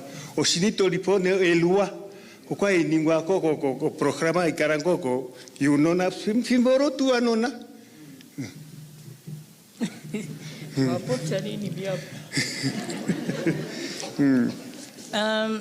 Yeah, Stanley Stanley, actually he was working for FNB and then he joined again NBC. He went out from NBC and he came back again. So what do you remember in Oshiwambo also? What? Oshinitoripo, when you were young, he remember it. But now NBC has grown and now he's now very happy for the brother.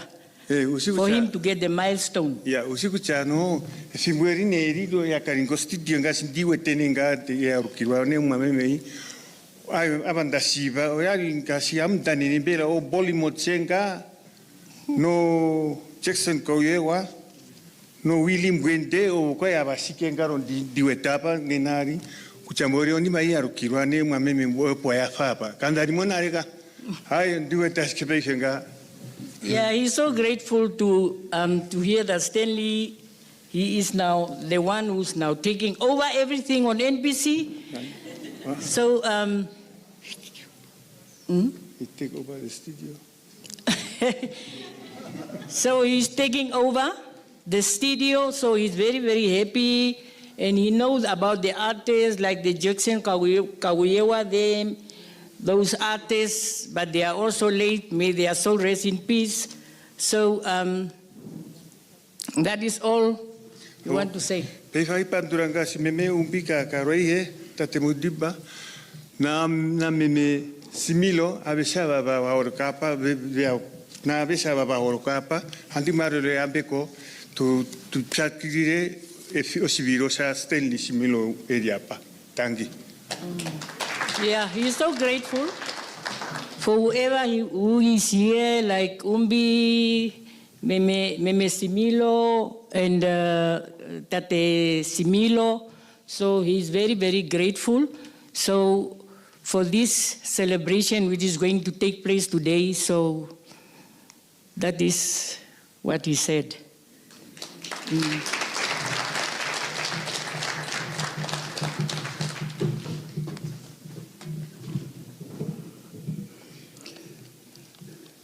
Before I call Stan's son, Denzel, I remember Hafeni and Tangos. They are staying in Ovambo Inn, just opposite Janjonker. And I grew up and was born and bred in Gameng the Fifth.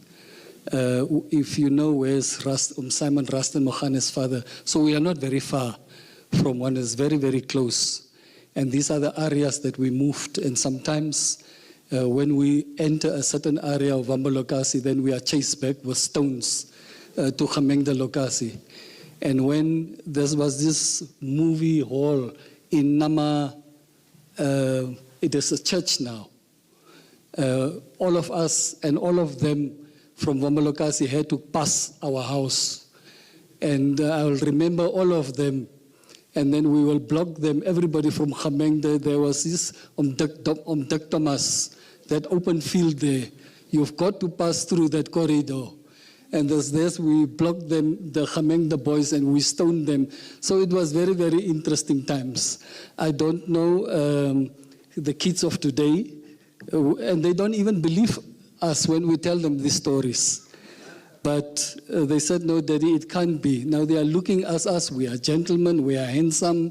And they said, no, there's no way Daddy can run and throw stones. But that is the life we lived. I also quickly want to, before Denzel come on, that I just want to mention that Tangos also worked at NBC. And he was involved here in many things. I think when Stan lost 2 family members, it was a few years ago. His sister Lily in Uppington, her child died. And then there was another daughter of Stan, Stanisia, whose child also drowned. So Stan was in between these 2 funerals. He did not know what to do, but he delegated me as the HOD of the Namibian delegation that goes to the Uppington funeral. And I said, no, you go to Swakop, because I can go to Swakop anytime, but I want to go to Uppington, to Papalelo. And it's very, very nice to go there, particularly at the funeral. And Hafeni and everybody, they were there, was Stan's other brother. So we were a great contingent, and we went into the funeral. After the funeral, we went to the house. There's an afdak at the family house there, and you know the after tears. It's a session that must take place, and it was an awesome experience. And I really, really didn't want to come back home, honestly. My parents are my mother's from Kimberley, and my father is from Kuruman.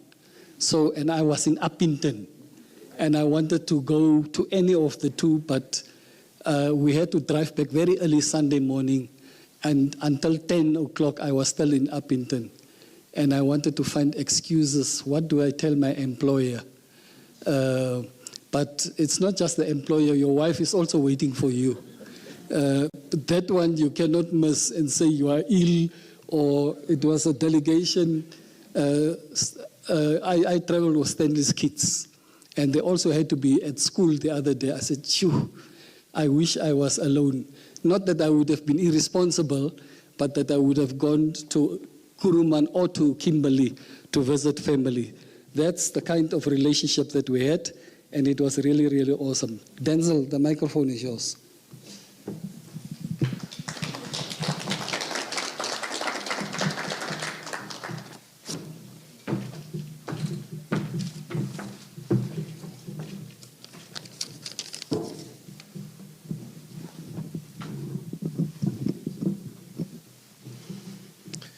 I think it's past 12, so good afternoon, everyone. Distinguished guests, colleagues and friends of the NBC, I first would like to thank my uncle, Buju. It's his birthday today, for joining us. He unfortunately passed away on...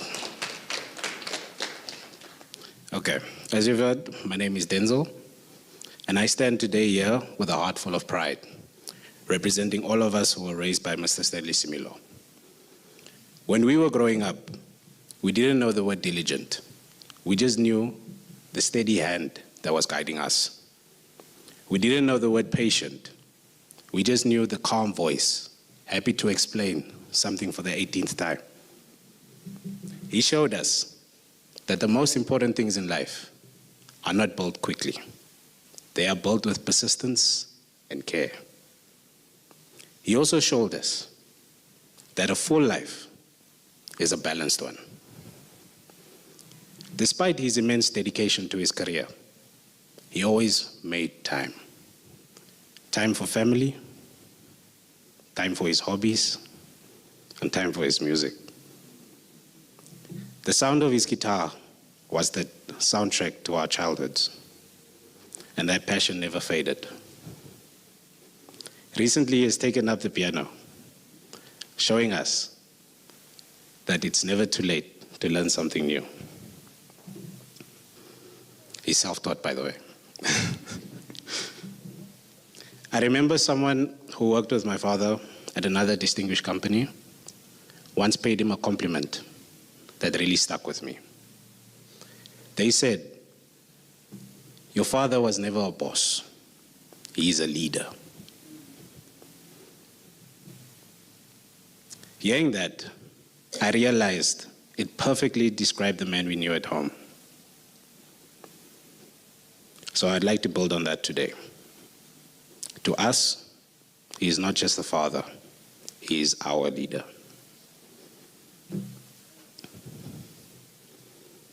When you hear the word leader, it is often tied to legacy. People often think of legacy as something you leave behind. An award, a title. But our Father has taught us that a true legacy is what you build inside of others. Then they might award you a building titled SBS Studio.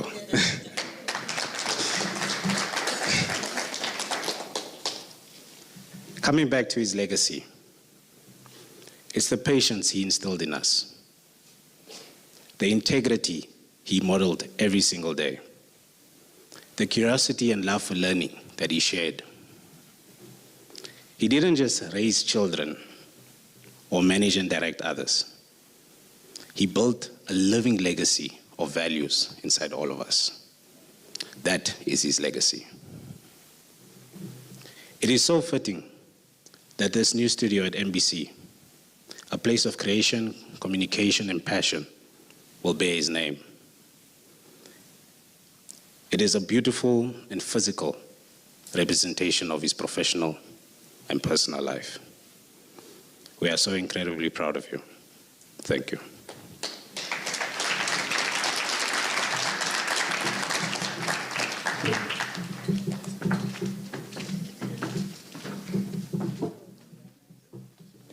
When you listen to Denzel, it is the Denzel Washington that we have all loved in movie making that you see. I know Denzel, he was a very young boy, and sometimes he could not express things. Then Stan would have visitors and family coming there. Then you know when things disappear at home, the kids are always blamed, particularly when they cannot speak on his own behalf. And everybody just said, no, it's Denzel, it's Denzel. Now, Denzel was growing up.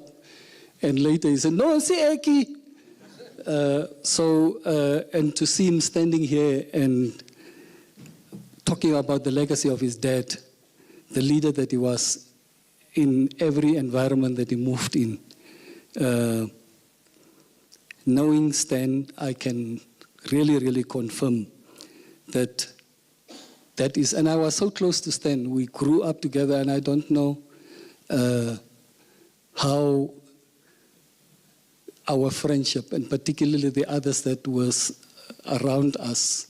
I remember Steve Leakers, the moments that we spent laughing about certain things, and very, very silly things sometimes. When Honorable Charles Mubita, Dr. Charles Mubita got married, I think it was in 2012. I was a producer in TV Current Affairs. It was me, Steve Leakers,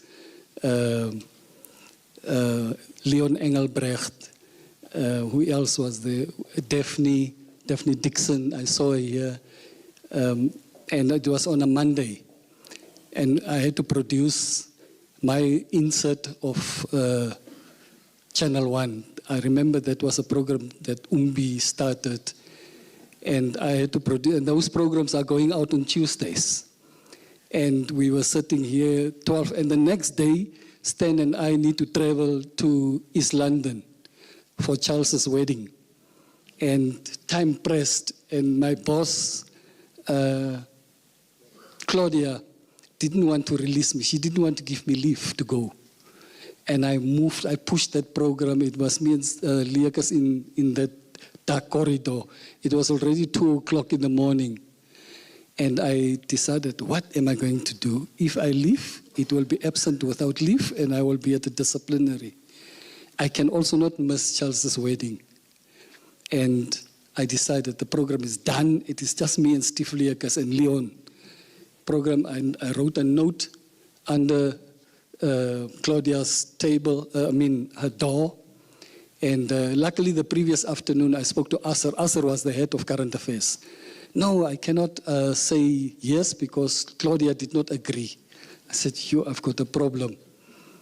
And I pushed the note and I said, the tape is done, here is the tape. And I agreed with Leakers to give the tape so that it can run Tuesday night. And we are gone about 4 o'clock we left. We just drove, Stan picked me up, we pick up Clara at home, and we left.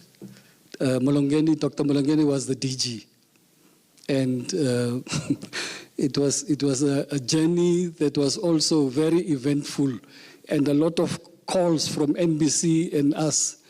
And when we arrived it was a very long journey to East London, really, really far. We came across, what is the gentleman's name? Opapashipanga.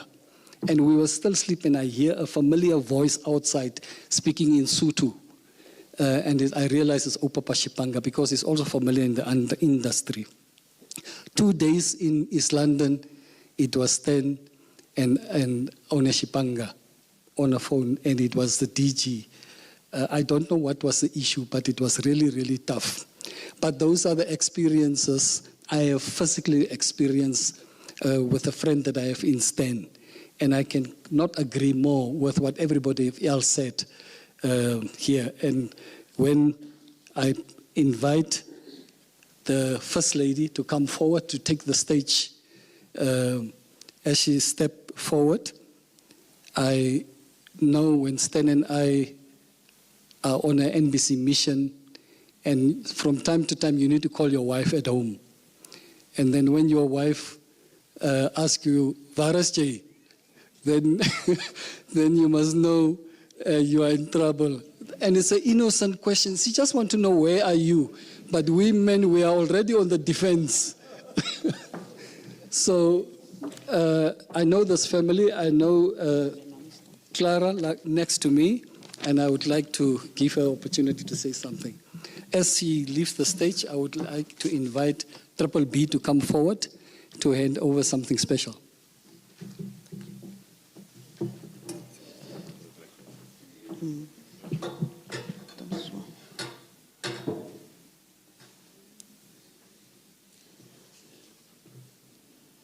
Good afternoon, everyone.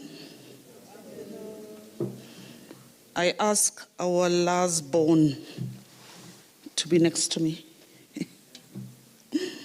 Okay, just want to read a tribute to my husband, a man of vision, courage, and heart.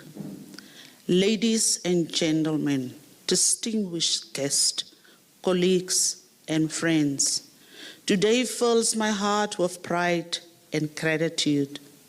As a wife who has witnessed Stanley's journey up close, I am overjoyed that his name will now forever grace his television studio, a milestone for both our family and NBC, which has been such a vital part of his life purpose. From his early days at the SWABC, Stanley carried a deep love for broadcasting. Even while we were young and dating, he dreamed aloud of one day returning to NBC as a leader who would shape its future. With his time of about 13 years away from broadcasting, venturing into mining, roads management, banking, and telecommunications was a deliberate journey of growth for him.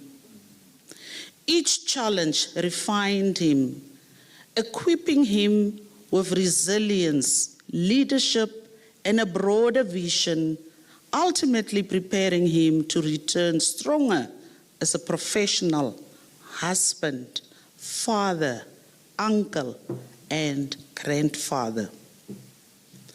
When he finally came back to lead NBC, the challenges were immense for him. 2 weeks into his role, he confessed to me that he thought he had made a mistake because the NBC didn't seem to be what he thought it was, and considered returning to Powercom. I reminded him that he is not a quitter, and that if anyone could withstand the storms and transform challenges, into progress, it was him. He has my unwavering support always. There were indeed tough times, like the national strike and ongoing financial crisis at NBC, that we read about in the media, and even personal threats against our family from strike. Yet Stanley stood firm, driven by courage, duty, and a deep commitment to those he serves, the staff and the people of Namibia.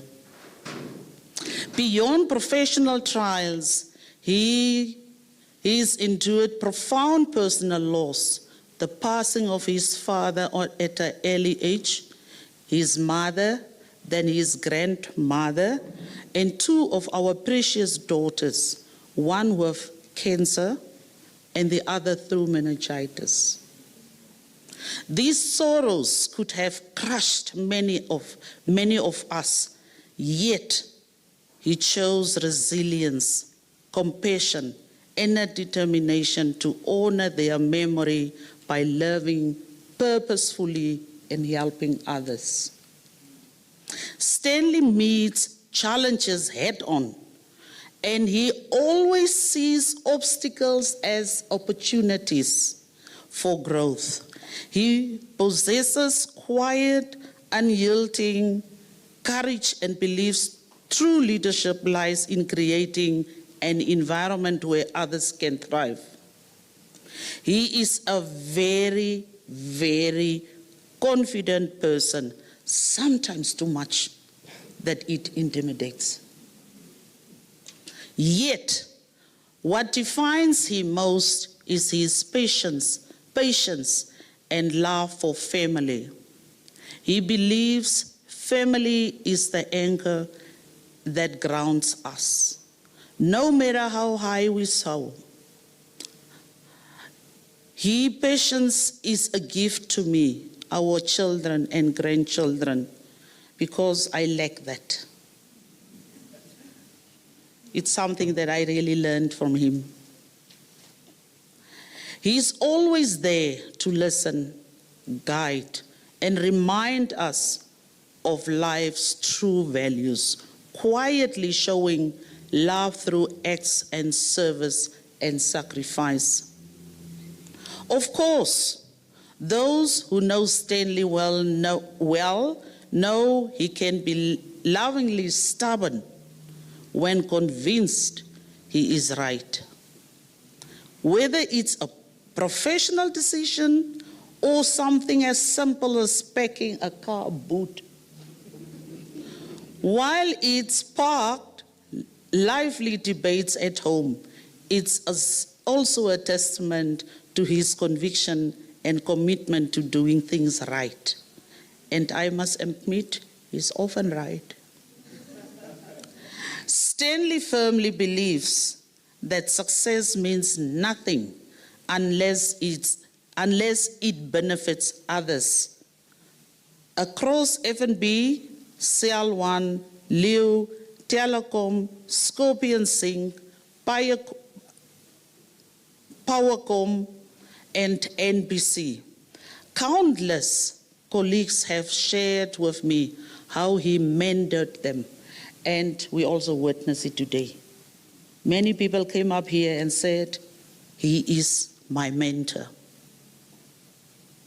From the first speaker. Encouraged them and made them to believe in themselves when they doubted themselves. And I think it was also mentioned, Maniki komir, ke talent. So he is really someone he sees, or he saw in someone talent, and he can help that person grow. While Stanley has given so much to NBC and to our country, I must also honor his steadfast devotion as a husband and father. During times and years when my own duties in sports administration and academics took me far from home, he carried our household without complaint, always my anchor and my confidant. One memory I treasure is preparing for my thesis presentation in Geneva. Stanley coached me, what is the word now again, my son? Meticulously, insisting that even my bullet points should align perfectly. Though his critiques were tough and direct, he reminded me it's better to face honest feedback from someone who loves you than to meet the world unprepared. Stanley is a man of integrity, humility, courage, patience, and compassion. He measures success by the people he uplifts and the legacy he leaves behind. He has up to now served NBC with vision, this nation with honor, and our family with boundless love. I also wish to thank Ms. Vura Cavari, affectionately known as Umbiro, but I'm calling her only Umpi, for believing in Stanley and championing this honor, and the NBC board for embracing this tribute. Thank you, Mr. Lazarus Jacobs, and your team. You have given our family, and especially Stanley, a gift that will forever stand as a symbol of his dedication and legacy. My dearest husband, you deserve this honor deeply. I'm endlessly proud of you and will always be by your side as your wife, supporter, and greatest admirer. on behalf of my own, the kids, grandchildren, and the family at large, congratulations, my love.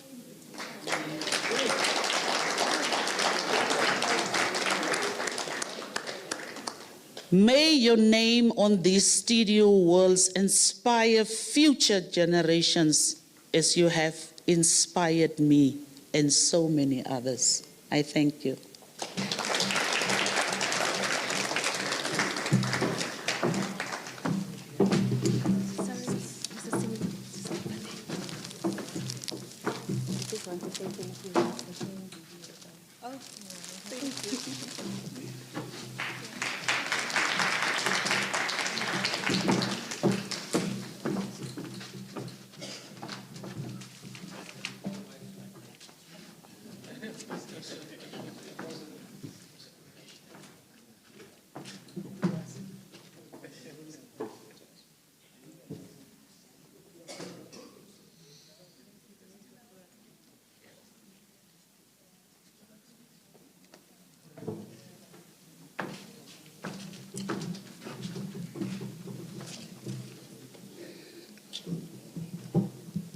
I'm not an artist, nor am I a musician. So if I fiddle with a stand, I'm just an ordinary boy from Gemengde Lokasi.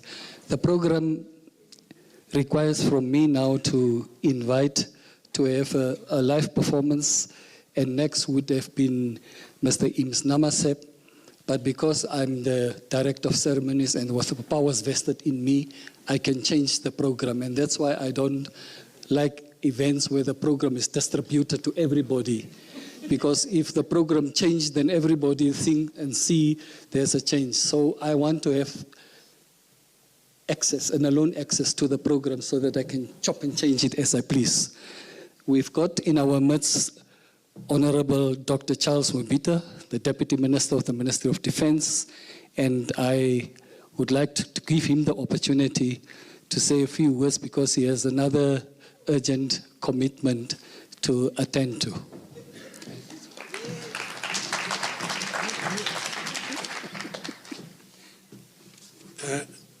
Stan, please make sure nobody dies in Uppington, because he's not welcome to any funeral.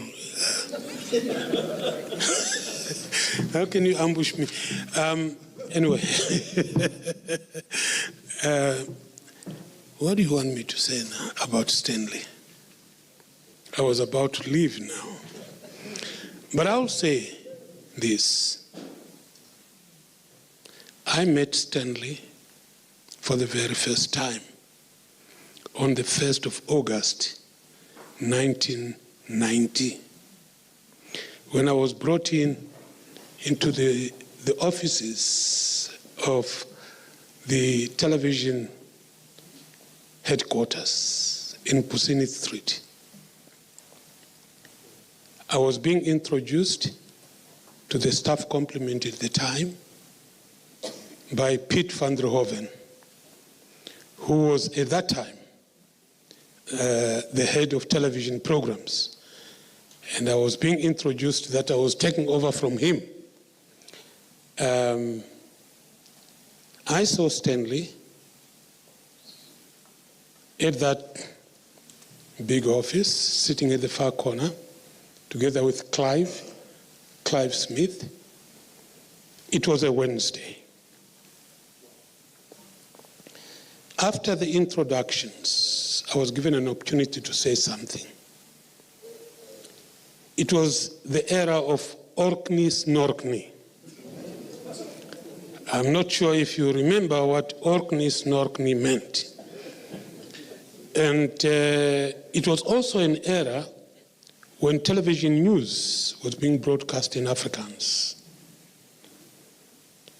So when I took over to stand and speak to the people that I was supposed to lead, one of the first things I said was, I've watched television for the last 5 days, and I've not seen a single production about the Namibian people, a single homegrown production. Then I called Stanley And I don't know, where is Anita? Anita Scolton. I haven't seen her for quite a long time, but she is very instrumental in the growth of Stanley. Because from that Wednesday, I said, on Tuesday next week, we'll have a live program in these studios. And that program is going to be called Face to Face. And I said, a week after that, we are going to have our news, television news, read by black people. And I was emphatic. And Stanley came to me after the meeting to say, how are we going to do this? It was actually Stanley and Anita. How are we going to do this program? Because the people that do the production, that were doing the live production, were revolting. They didn't want that. They didn't want any live production to go on.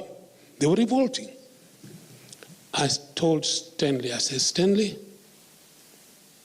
from today, understand one thing. If you need to move forward, never allow anything to stand in your way of transformation. Of transformation. When we started on Tuesday to broadcast face to face, Stanley and Anita were running from inside the studio to, to the camera, to position the camera and run. And Kashwangwa was getting a bit nervous because I said, I'm not going to start a program that is recorded. We are going to do this thing live. So that is when I saw the dedication in Stanley.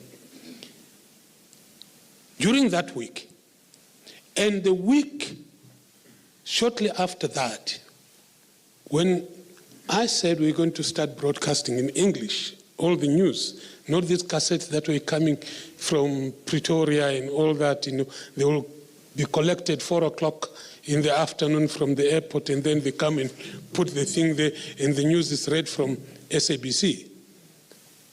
And I said, that has to stop. Okay? Now, he asked me, how are we going to do this? I said, simple. We put on this television an advert that if there is any Namibian who believes that they are fluent in English, should come to the studios on Friday. And we set on Friday to train the Celia Stefanos, Pickering. Those were the first two to actually step on the other side as black faces. Well, I couldn't have done that. I couldn't have done that without Similo. From that day onward up to today, Similo says every time he meets me and every time I meet him, we exchange one word, Makulu Bas. Huh? Makulu Bas, which means a bigger boss. He was tiny, and I look here, I don't see one photo where we were standing with Kaunda and the late Hage Kenkob, and is it there? Okay, because that will tell you the history of where Stanley came from. So I am excited that, you have a lifelong gift from the NBC. When we moved from Putsini Street to here, it was only the Nahum Golik, the Mvula, and what the guy for finance again? Shuron. Yes, they were the only ones at the administration. There was nobody this side. So I was Yusuf, a guy from, forced me to come and sit here because we increased on our local production, forced me to come and sit here to do the planning of the production here. I made sure Stanley would come here because these offices were not yet open. And I was sitting there alone, and I said, no, this is not possible. When Stanley came over here, and the whole crew moved over here, Stanley was looking at presenters behind the camera. Today, the camera is looking at Stanley. So the other way around. There were times when he was in charge of labor matters. There were times when he would say, boss, Makulubas, I'm stuck.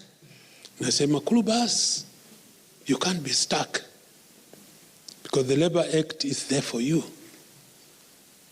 And that's when he said, okay, now I understand the difference between, procedural fairness and, what was the other thing again? Substantive procedure, substantive fairness, the two things. Then Stanley said, no, can you interpret these things for me? Because I'm running the unions here. I need to understand these things. And we sat. At one point in time, if I do remember correctly, I had to call Matthew Shingwanja. Is it Shingwanja or something? Yes, Shingwanja. Yes. He was with the Labour Ministry, Labour Commissioner. So, Stanley, I don't want to, I wish I could take 3 hours to talk about Stanley, but he is a brother. We've always been in touch. We are still in touch, and his family is my family. My family is his family. For this building, I want to echo the one who said, it is maybe too little and too late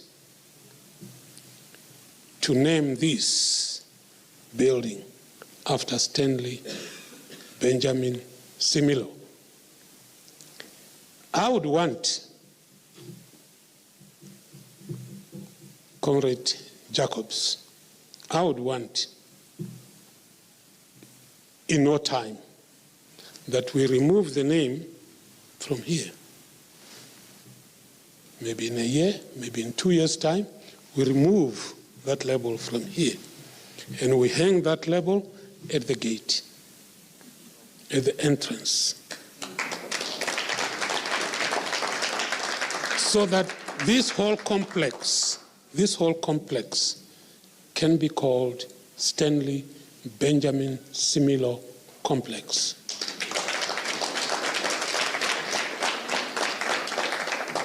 When you broadcast, what do you do? What's the first thing that you do? You go out, you gather something, isn't it? You bring it to somebody to come and look at it, and then after that they take it to the specialists who are going to cut. Those days there was no this digital editing. He came from analog to digital.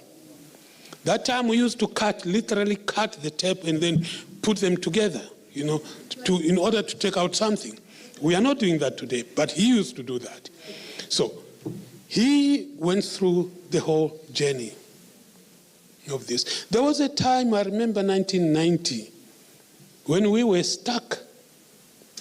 There was Debbie van Wyk, I think you remember. Debbie van Wyk went with, there was this other tall camera person, can't remember the name now, very tall. They went to Osiri to do a story. When they came back from there, they said, we want to run this story. It's going to be the lead story. And at the planning meeting, you're saying, what is the story all about? No, this is secret. I said, no, I need to see the story before it goes on air. Then they played the tape with that story. He edited the story because he had to do the editing. It was not only camera person who was doing the editing as well. before the story went on air.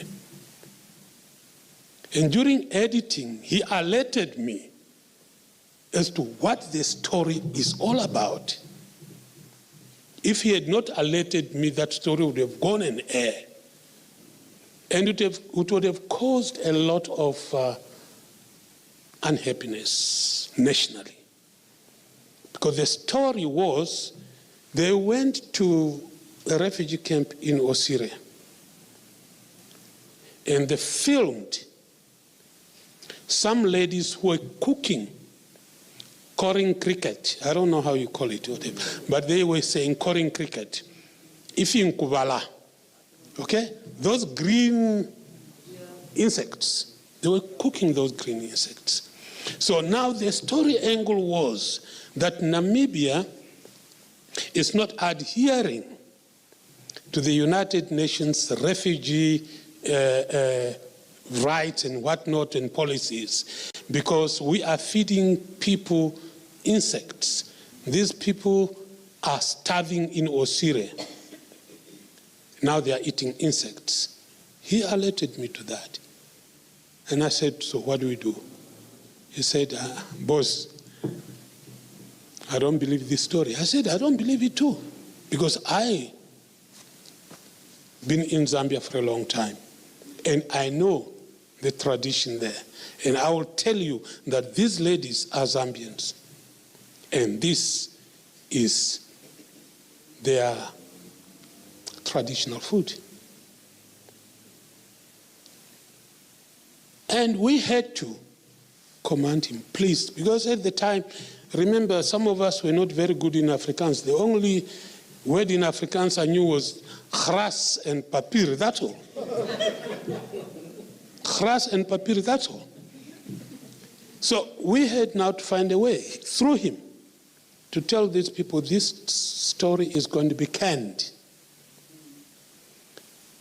You go back and ask the people that you found cooking why they are cooking this, because that is lacking in the story, right?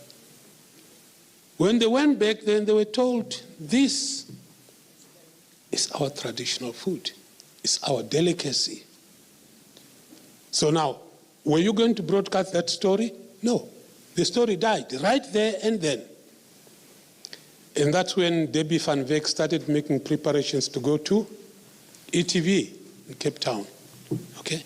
So Stanley and NBC come from far. I know it started from Swabisi, but when you talk of the foundation of NBC, not Swabisi, you might not be the foundation of Swabisi, but you are part and parcel of the foundation of the NBC.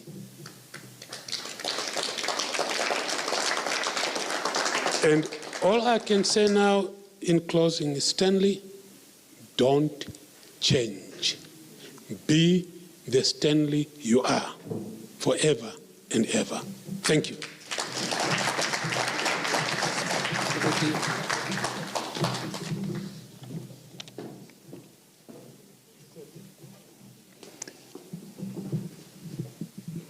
Thank you very much, Honorable Deputy Minister, Dr. Charles Mubita.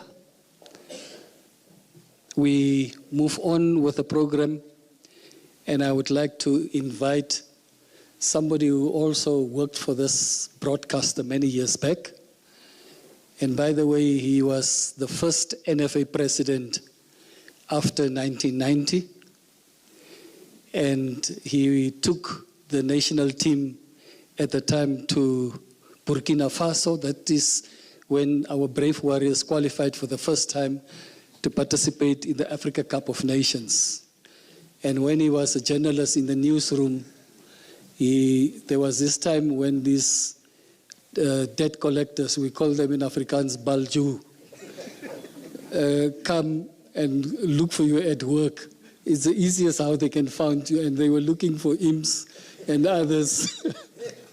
And IMS invited this balju just out of the studio, the building at our back, and he gave that balju two warm tire clap and say, you don't come here anymore. So IMS namaste.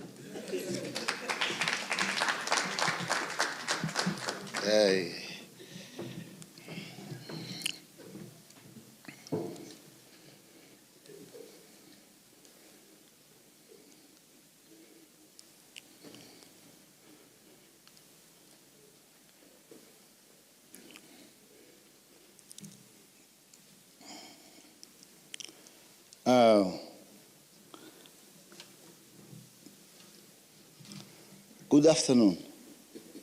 I think good afternoon. We have been tiring sitting here the whole time, listening a lot of nice speeches, and I like it. First of all, my brother, Stan. This name, people say Benjamin. I don't know Benjamin. Stanley Similo. I say Stan. Madam Alna, the kids, some of them are not, I only know the boy and then one girl and the one that passed on, but the others, grannies and so on. It's so emotional, to be honest. For me, I started with Stanley Similo around 1989. Stanley, myself, Stephen Kote, Clive Smith, Agumani, may his soul rest in peace, Shibanga, Don Shibanga. We were only two television journalists, that side of TV Moore Street, that side. We were only two. The first time that television was broadcast in the television, in the newsroom, it's me and Agumani. Agumani covering sports, and I cover journalism, and I cover the politics and all the other roving issues, court cases, and so on and so on. So I think I had only two people that I have to work with during that time. Only two, camera person. We had children, coaches, Becky Lechalem, and Smith, my friend, the big one. But I only work with Stanley Similo and Stephen Kote. Why? Because they understand the dynamics, and they could help, they could assist me, even me. When we were going on stories, we had a lot of discussions.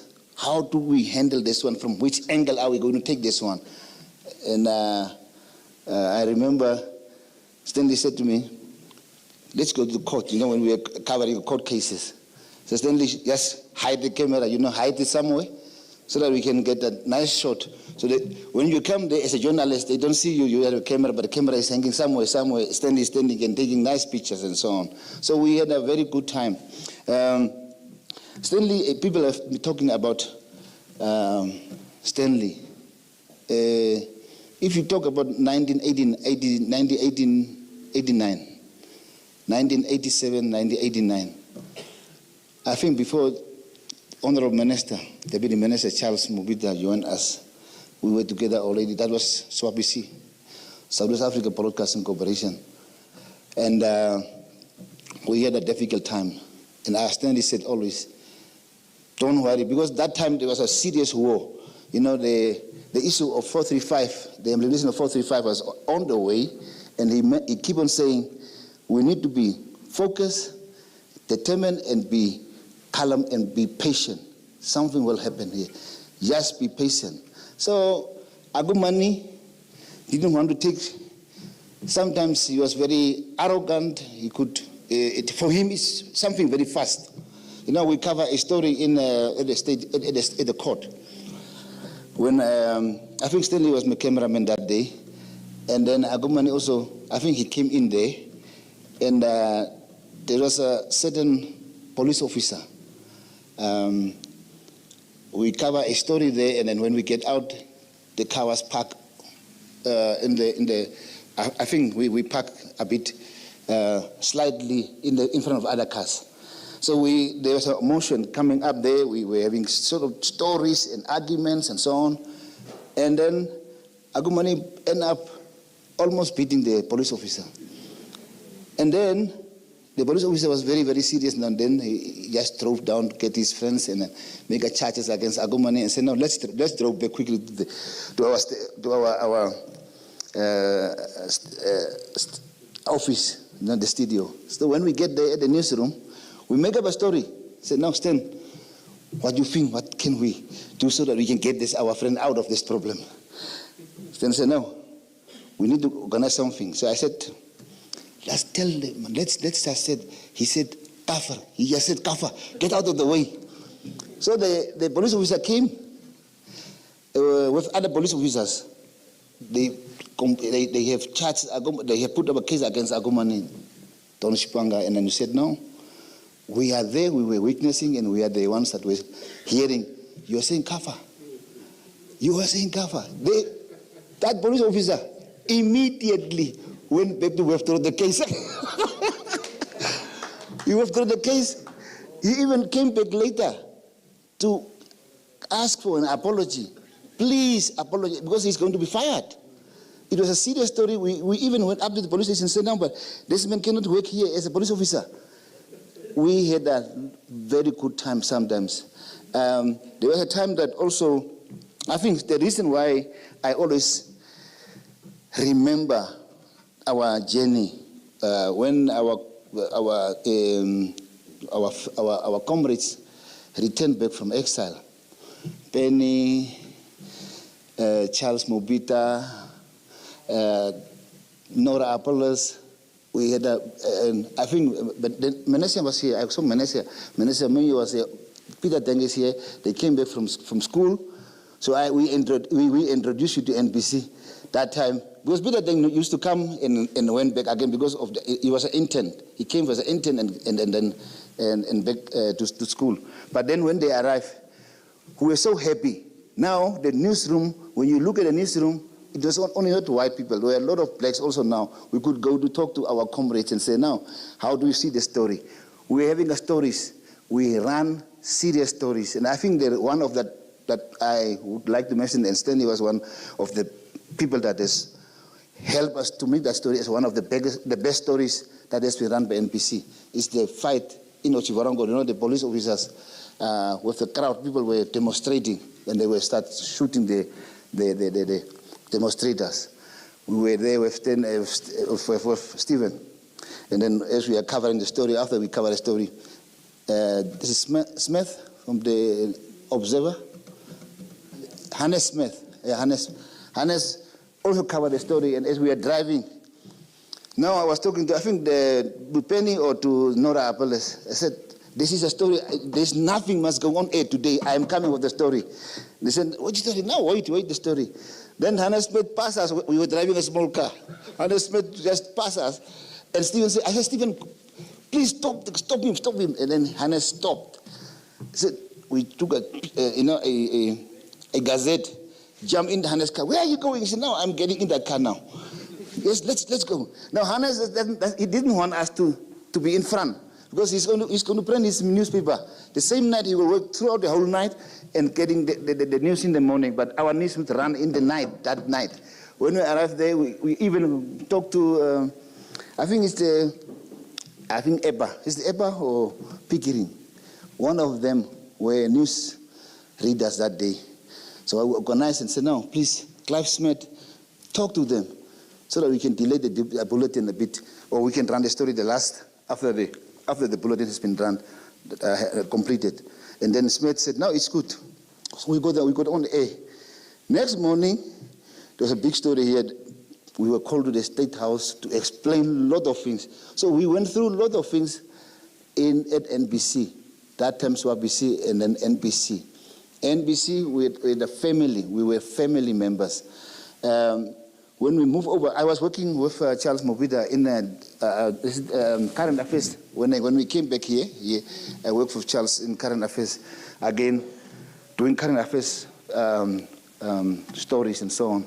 So just to tell you what role Stanley played in my life.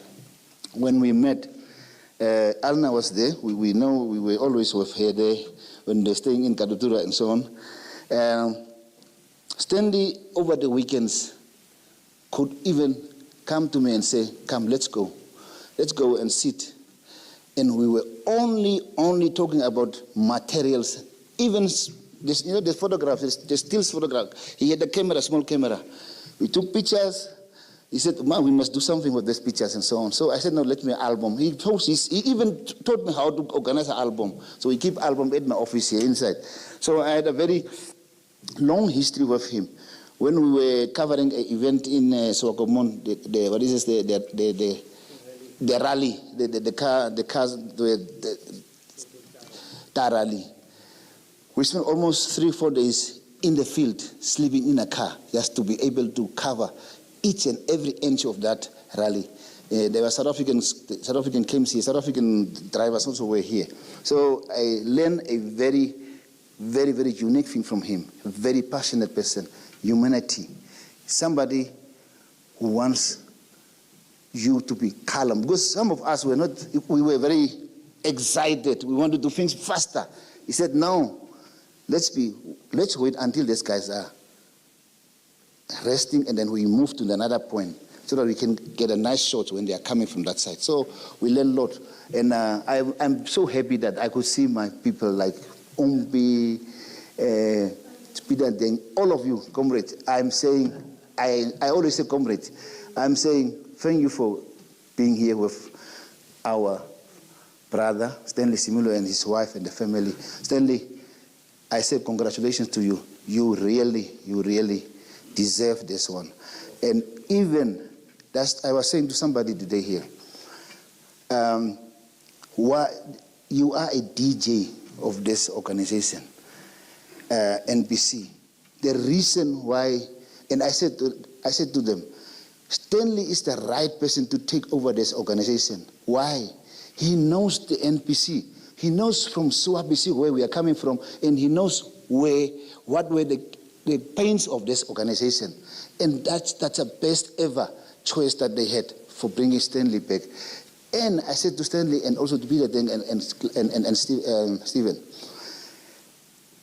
for covering, during the cover of our former president, Hage Geingob, may his soul rest in peace, I was stung. People call me from abroad. NBC, what NBC has done under Stanley Similo's leadership, and even our founding president, it could have never been the same if we could have been that time. NBC has made us proud, to be honest, and Stanley Similo really make us proud. I thank you very much.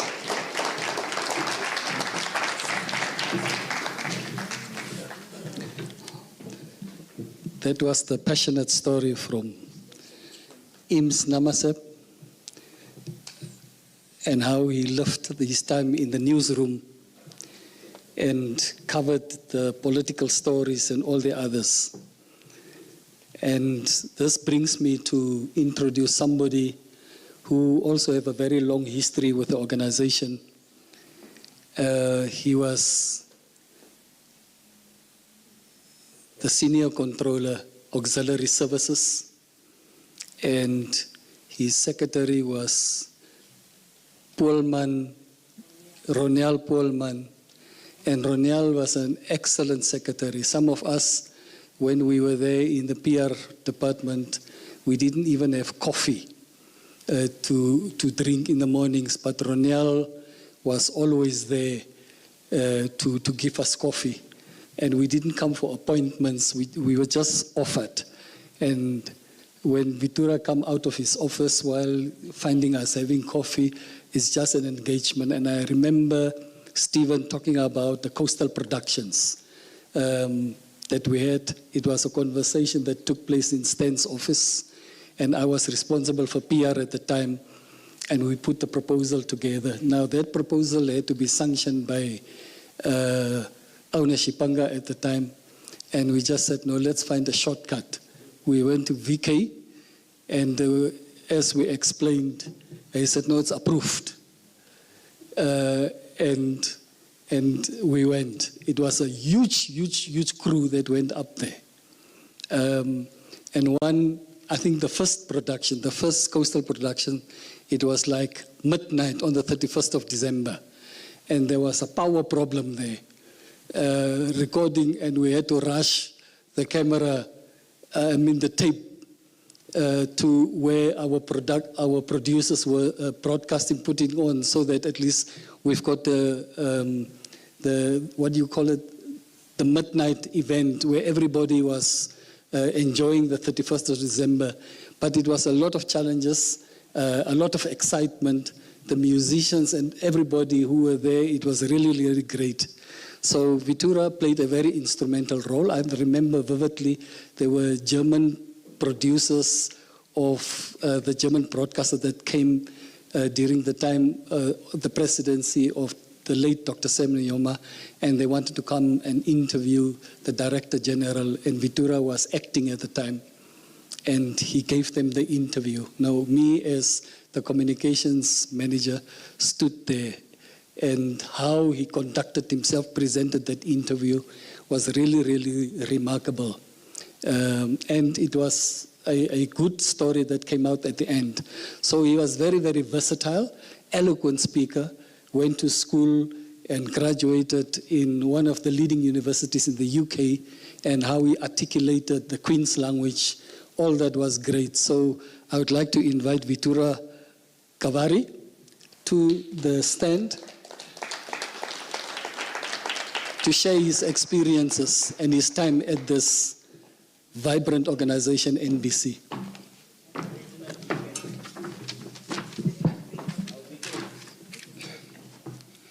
Afternoon.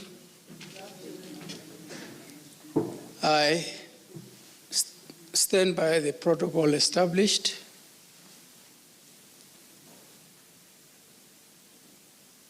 I had a late invitation, in a way, from my long-term friend. We used to call him SBS. This is Stanley Benjamin Similo. And I understood the invitation as I've been invited to attend an event, which is about what?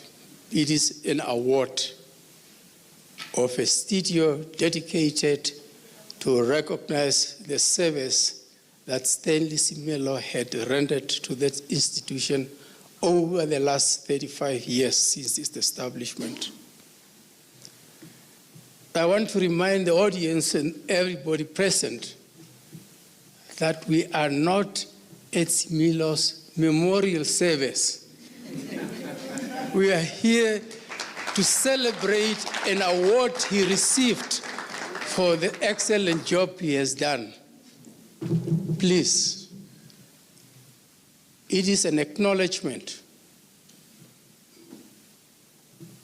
It is a recognition of the value addition that Similo has done to the work and operations of this organization.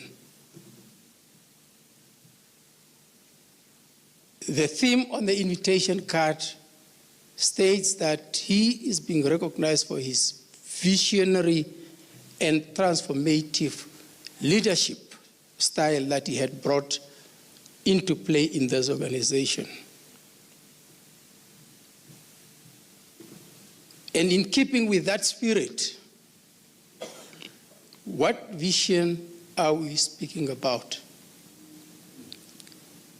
The Stan that I had known, and please take care, I came into this organization at a very senior management level. And I won't be talking about the hammers and spades and the things that they are fighting about, production, etc. I know nothing about that. I came here at a high leadership level, in fact, a second in command at the time. When I came here, the NBC executive was 10 strong. We were only two black faces. It's me and late Tulinani Mbula. So you can imagine what weight I carried on my shoulders as one of the only two of the 10 top management people in the NBC. Everybody expected something from the small boy at the time. That is 32 years ago. Deduct that from the way that I stood now, how big I was perhaps.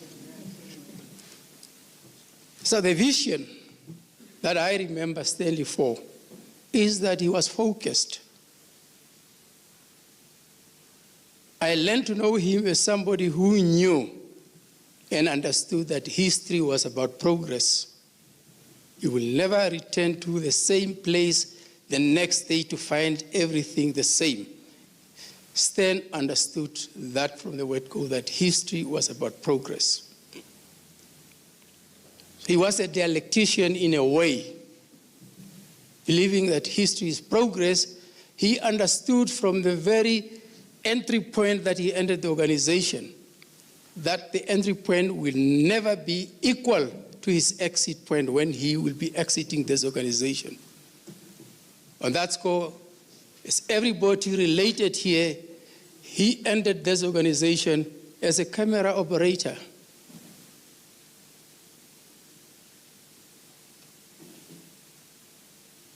And he continued believing in self-development.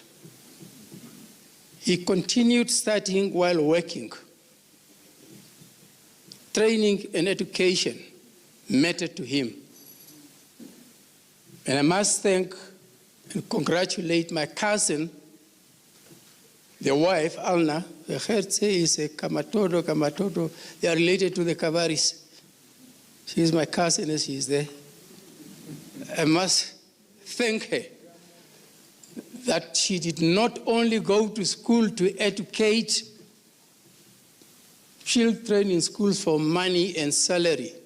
She brought that spirit into the bedroom, and it's how the bedmate, the roommate, continued to study and self-develop while working as a camera operator at the NBC, to the point that he is who he is today. It's because of that educationist with whom we share a room.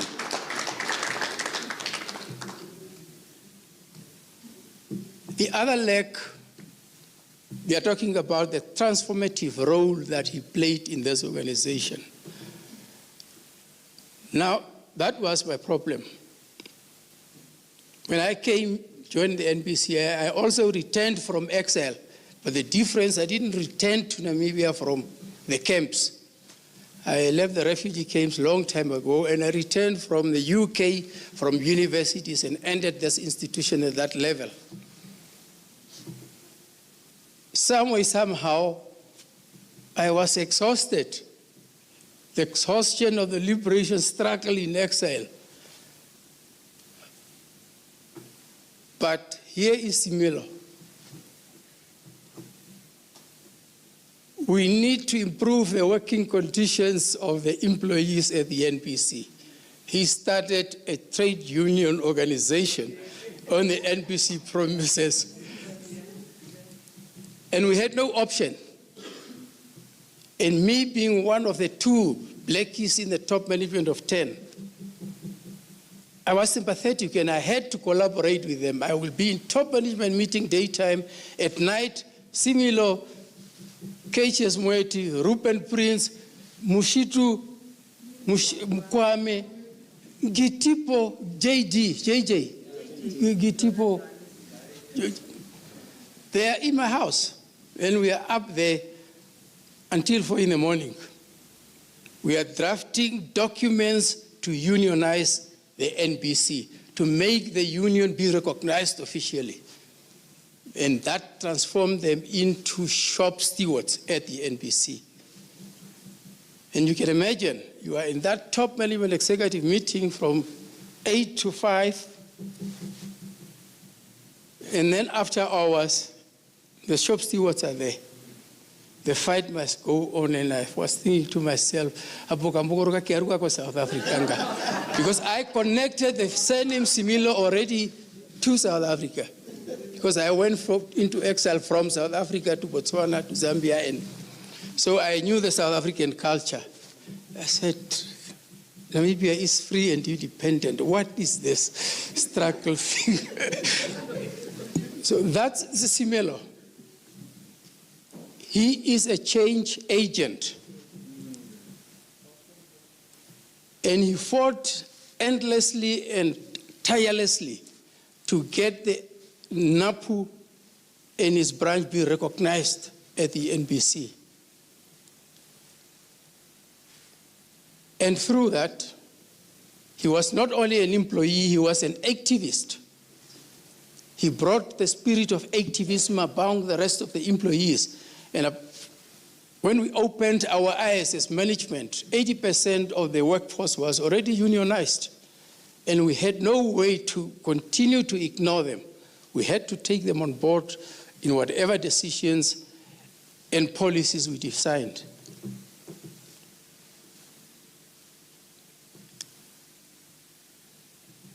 Through that, him being an activist, of course, he carried along the spirit of collectivism.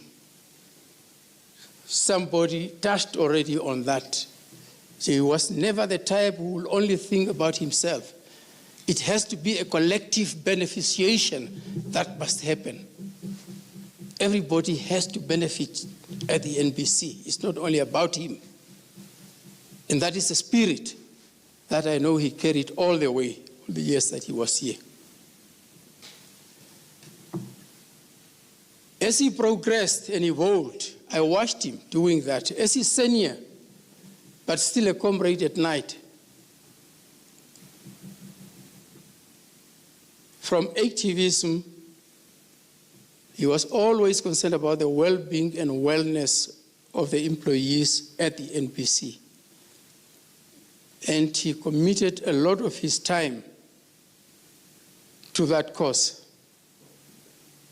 To the point that, given the crisis that was in the organization, I acted as Director General of the NBC after the exit of Goralik for quite an extended period of time. And now is when they had their boy in office number 1, the unionist. At that point, I will start traveling with them on foreign missions. When we got these funded missions about NBC South Africa, where I will invite Similo, Prince, they will demand their part. What is it that we are going to negotiate on behalf of the NBC there without them? And that the consistency and persistency that I know Similo for. He became a manager. He became the manager. He was in charge of that camera unit where the visuals were for production. It fell under him. At that point, he was a manager, not only an operator anymore.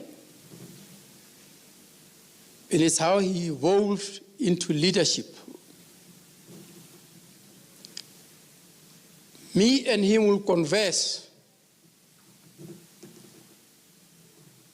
You should know at the time when I came to this institution, I returned from 11 years of full-time university education. I was not particularly illiterate. And he wanted to emulate that. Because at times he will be at meetings, he will see how I will be attempted to be crowded out by the then predominant white leadership. But he will see how I could box my way out intellectually, one or other way. And he started studying further studies. He then branched out. We had a lengthy discussion. He branched out. The first institution he went to from here is to the RFA, the Road Funds Administration. He came and told me, I am leaving for there. I said, that's what you need to do now. You cannot be among these cameras for the rest of your life. Go. That's how he went there, get a management position in the Human Resources Department and Administration. From there, he proceeded to Roshpina, FNB, to the power sector, Powercom, what? He has been an agent for change and prepared to change and adapt all the time. From this management position is how he evolved into leadership, because all the way he has been a leader. From shop steward, as an activist, as a supervisor of the camera and production team, he has been a manager. But through that and through self-development, he evolved eventually into a leader.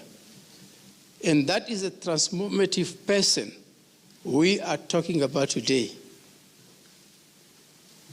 With that said, I don't think I should be saying more about Stanley himself. All I can encourage him, having been a long-time friend, is that he shouldn't think this is the end of the road.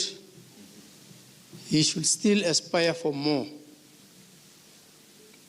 There is space for you to fight for a spot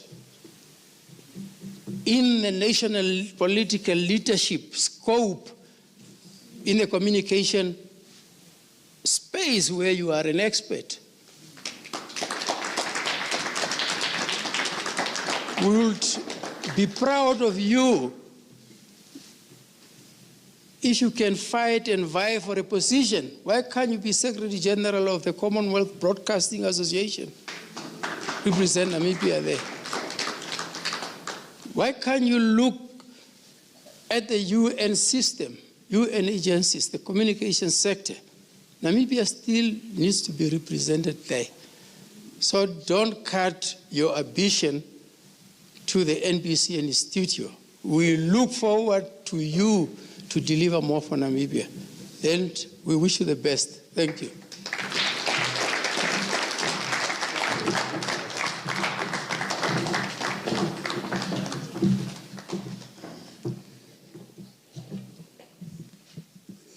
That was Vura Cavari for you, VK as we called him. And the way he spoke, I remember the first Minister of Foreign Affairs and then Speaker of the National Assembly, Honorable the late Theo Ben Kurirap. The way they speak, they don't and look for words. They are very, very mathematical, and really every word that they utter is a working word. They are quiet, they pause, they know the sentences, they know when the comma comes, when is the full stop, when a new paragraph starts, and the thought pattern is structured. Now, maybe VK, you and I must sit so that we can put up a communication school where we can teach some Namibians who really want to master the Queen's language. That was Vura Cavari. And this brings me to, what about slang? Yeah, This brings me to invite another friend of mine. And before he comes on stage, I thought I could never sing, but it was myself, it was him, and on Saturdays we just had this thing, Zula taxi money that we can go to town Independence Avenue, take a few DVDs, music, and our favorite artist was Wacko, Michael Jackson. And we'll take a few of them, we'll buy chips, and we will sing all the way in Independence Avenue and take a cab back home to watch videos. So he will probably reflect on that.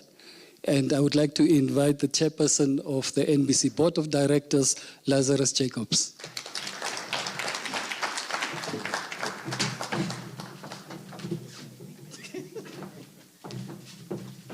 Good afternoon, ladies and gentlemen. Hello. Good afternoon, ladies and gentlemen. I know you've been sitting for quite some time now, and in my short life I've learned there's nothing more dangerous than to stand between a person and their meal. I know you're all very hungry and you're about to eat, so I'm going to, my speech is very short, it's only 17 pages long. Cometh the man, cometh the hour, Stanley. It is such a profound honor to stand here this afternoon to pay tribute to Stanley.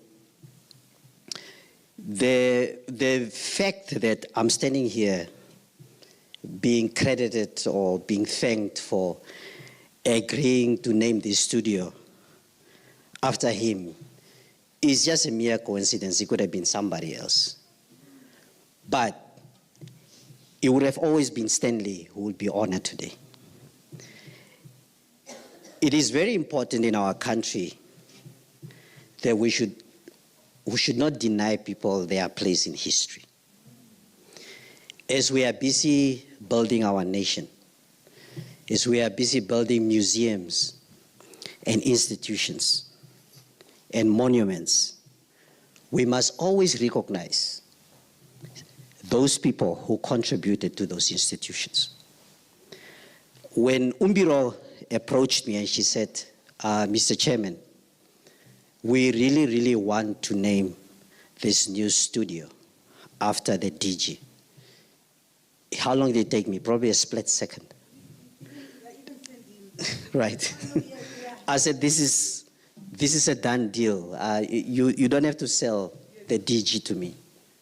There's nobody, and I'm saying this in his presence, in the presence of his lovely wife. There's nobody who's more deserving than you. In fact, us naming this studio after you is a little bit small. I agree when people are saying that this building, this entire center needs to be named after you.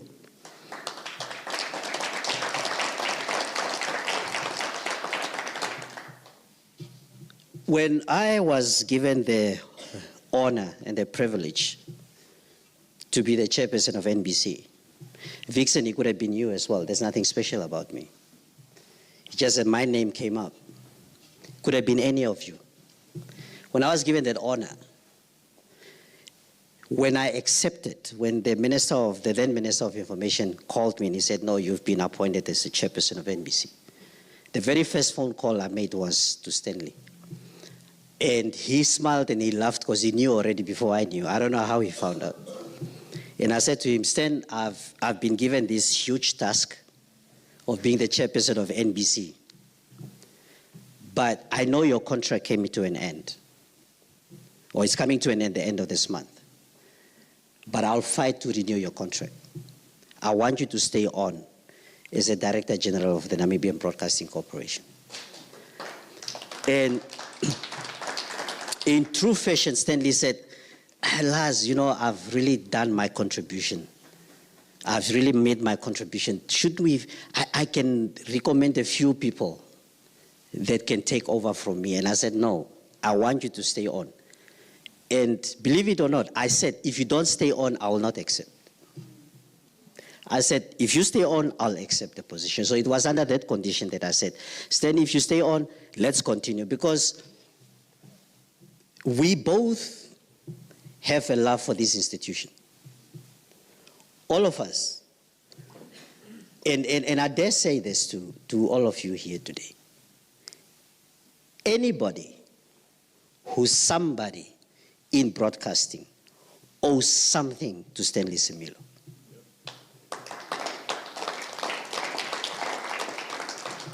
Now, Vixen said something very, very important and something I didn't think about until he said it this morning. When Stanley was the manager of was it local programs? He was my boss because I was a producer at NBC. And until today, I have never crossed that line as the chairperson of NBC to make it sound like somehow I'm the boss. Because what happens is when you are engaging Stanley, he never forgets his name and remembers his title, like many of us like to do. He always remembers his name. He's Moreko's son. And he's somebody who always tell you where he comes from. And that culture, that upbringing that he has, that his brother clearly articulated when he was here, is something that he brings here, and that what he brings to work is the respect he has for other people. Because if he did not have that respect, he will remember his title and not his name. So Vixen, Stanley and I have that relationship which is about the job that needs to be done. If he needs my assistance, he will call me. He will never call me chairman. He will always call me Kume. He always call me Kume. And I call him Stan. And he'll say, man, we want to do this and this. What do you think? And I'll say, I'm in.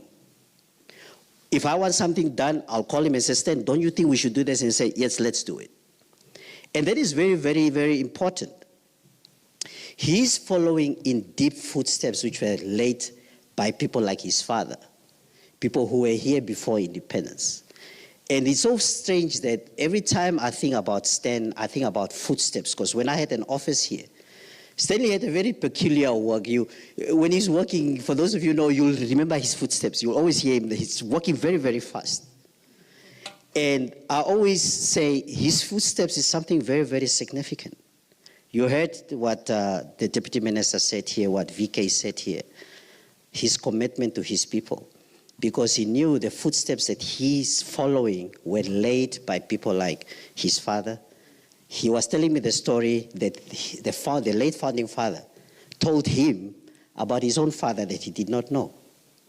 And that those are things that has propelled him to be the person who he is. It's very, very important for Namibians, for us to understand and to recognize our time and our place in history, where we find ourselves today. Where we are finding ourselves today is honoring yet another Namibian. We honor people, we name streets after them, we name buildings after them. We bury them at Heroes Acre and so on. Namibia is a diverse country with people. This is this puzzle called Namibia, and every one of us are forming a little piece of that puzzle called Namibia. And Stanley's little piece that we are adding to that puzzle is this building. So why Stanley? Let me tell them a story, tell you a story that a lot of you don't know. It is probably going to embarrass him as well. Stanley is very passionate about broadcasting, but he's even more passionate about this country called Namibia. There was a time that there was a land conference in this country. And for some reason, people wanted to go on strike on NBC, and they wanted to embarrass our late president. He said, people were demanding for a salary increment. Whether it was fair or not fair, that's a discussion for another day. But Stanley felt like the eyes of the world is on Namibia because there's this land conference happening. This thing needs to be broadcast on the continent. We cannot embarrass our country. More so, we cannot embarrass our president. So much so that he started broadcasting the land conference, the opening, from his living room. Because he said, this conference is bigger than all of us. This is not about me. This is not about NBC. This is about Namibia. This is the patriot this man is. Not only that, you can ask his wife. People threatened him physically. They wanted to assault him physically because he was broadcasting live from his house. Because when the strike was going on, people said, no, the strike is going to happen. And people said, no, but the broadcast is on, the president is speaking. So much so he had to leave the offices of the NBC under police escort. That's a commitment this man has to our country and this institution. Now, a lot of people don't know this. In the history of the Namibian Broadcasting Corporation, with 35 years now, it's actually embarrassing to admit this, although it's a major milestone for us. Stanley Benjamin Similo would be then the first Director General of the Namibian Broadcasting Corporation who will complete 2 full terms. Now, this moment is a bittersweet moment for me because remember that story I told you that when I was appointed, I said I was Stanley to stay on. He's about to complete his second and last term. We gave him a notice, and I said, well, Stan, your contract is coming to an end. He said, Lars, I really don't want to continue. We have trained enough people. And I said, who did we train at the NBC? He said, anybody in our leadership right now can take over from me. And that reminded me of something that Miles Monroe has said, that if you are put in a position, your very first job is to walk yourself out of that position because you need to train people to take over from you.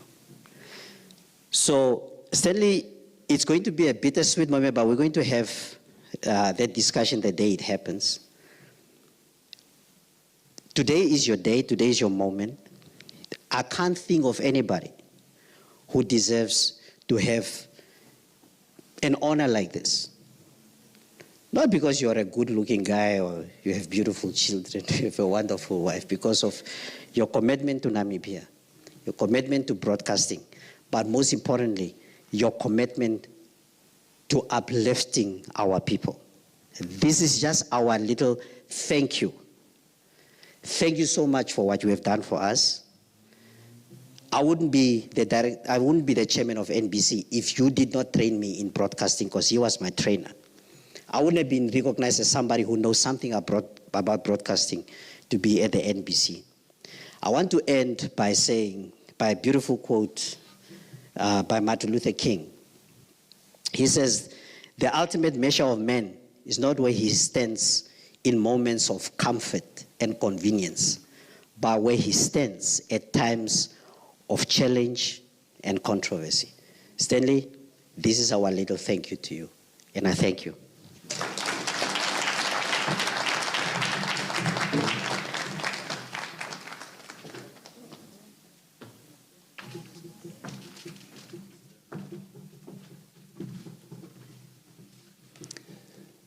That was the statement from the man Lazarus Jacobs, who sits in the cockpit of the NBC, driving this huge organization and giving strategic direction to the National Public Service Broadcaster. With that said, I don't want to say anything on what he said, but rather invite the Lingo Band. The Lingo Band, Mr. Ipinge and Donovan.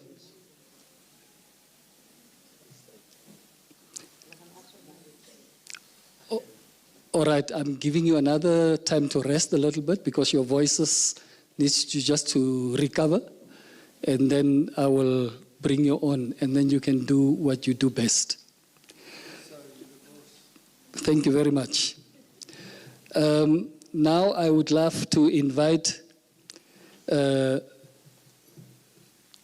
somebody to whose moment it is, the man who brought us all together here, Mr. Similo, Benjamin Similo.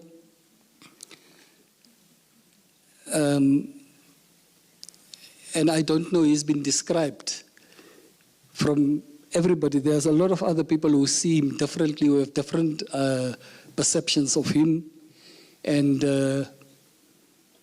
there are others who are not here. If we have to mention their names, we will not end. But let's focus to what we are expected to do by the program and invite Brother Stanley Benjamin Similo to the podium.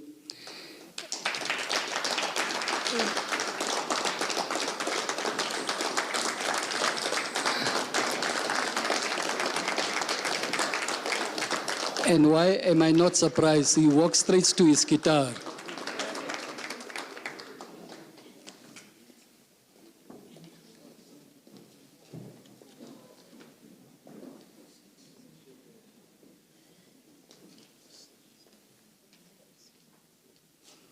And while we are getting that ready, I think the statement that Alna delivered, Alna Similo, the wife, can you WhatsApp it to me so that I can share it to all the wives of all the married men who are here,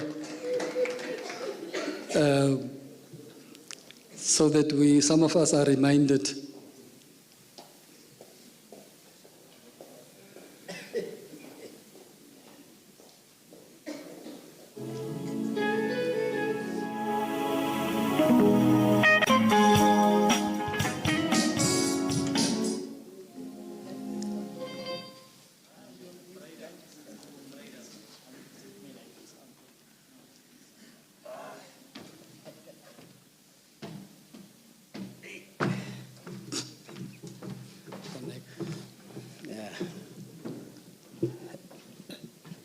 What a day. I'm not going to waste your time. I will have my way of showing gratitude, and that would be saying thank you. if you will just indulge with me. Because everything that has been said has been said. If I now try and say anything around whatever was said, I think I will be spoiling a great moment. Give me just a minute. I just need to fix something, and that will be my thank you to you.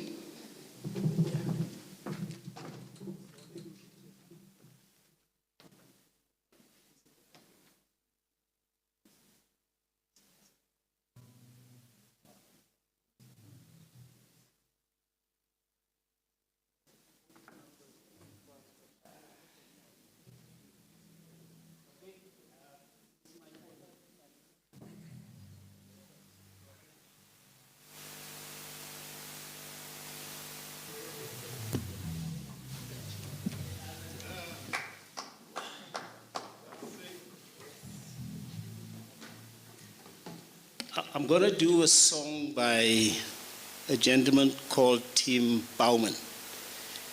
I'm going to play the bass live to the song. Hopefully it will make sense. Let's hope. Okay, Brian?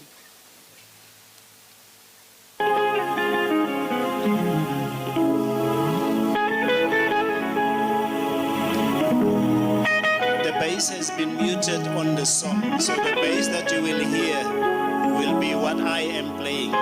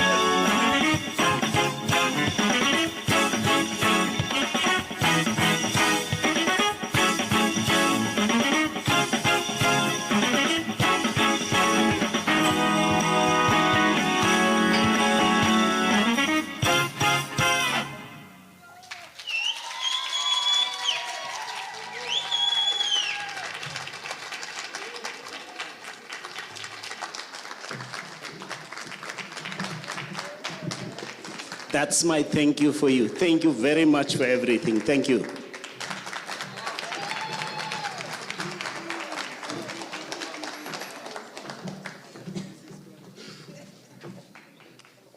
Stan, can you come back on stage? Yeah. It's not so quick.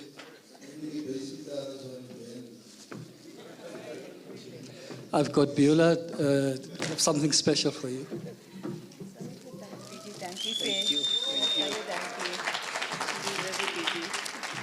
Thank you very much once again, and thank you very much for everybody. I don't want to single out people because it will just create problems. Thank you.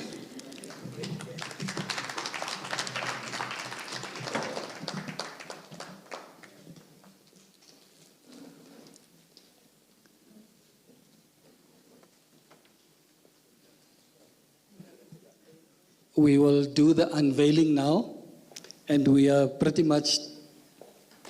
reached the end of the program, but we'll do the unveiling, and this session will be outside, and we would like to invite you all to join us at the unveiling outside.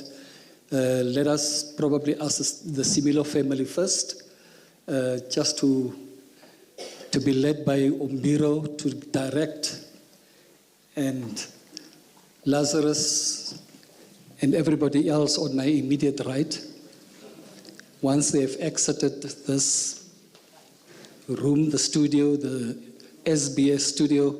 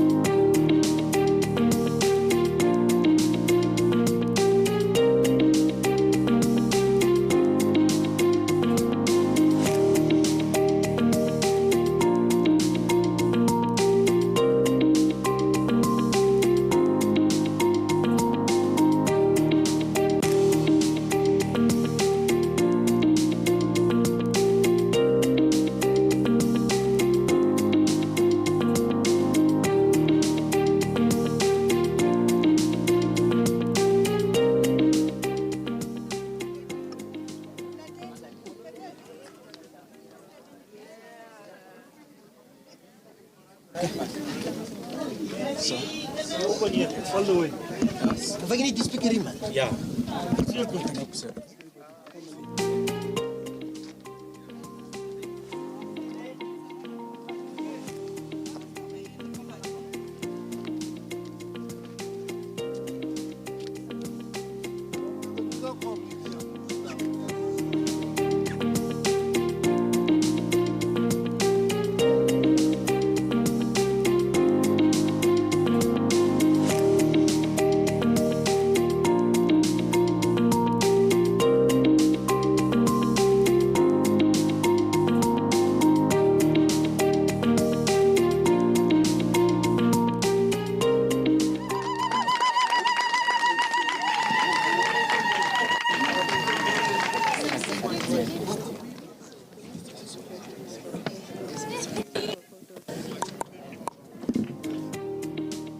All right, this is basically just for photo shoot. Let's go back into the studio for refreshments.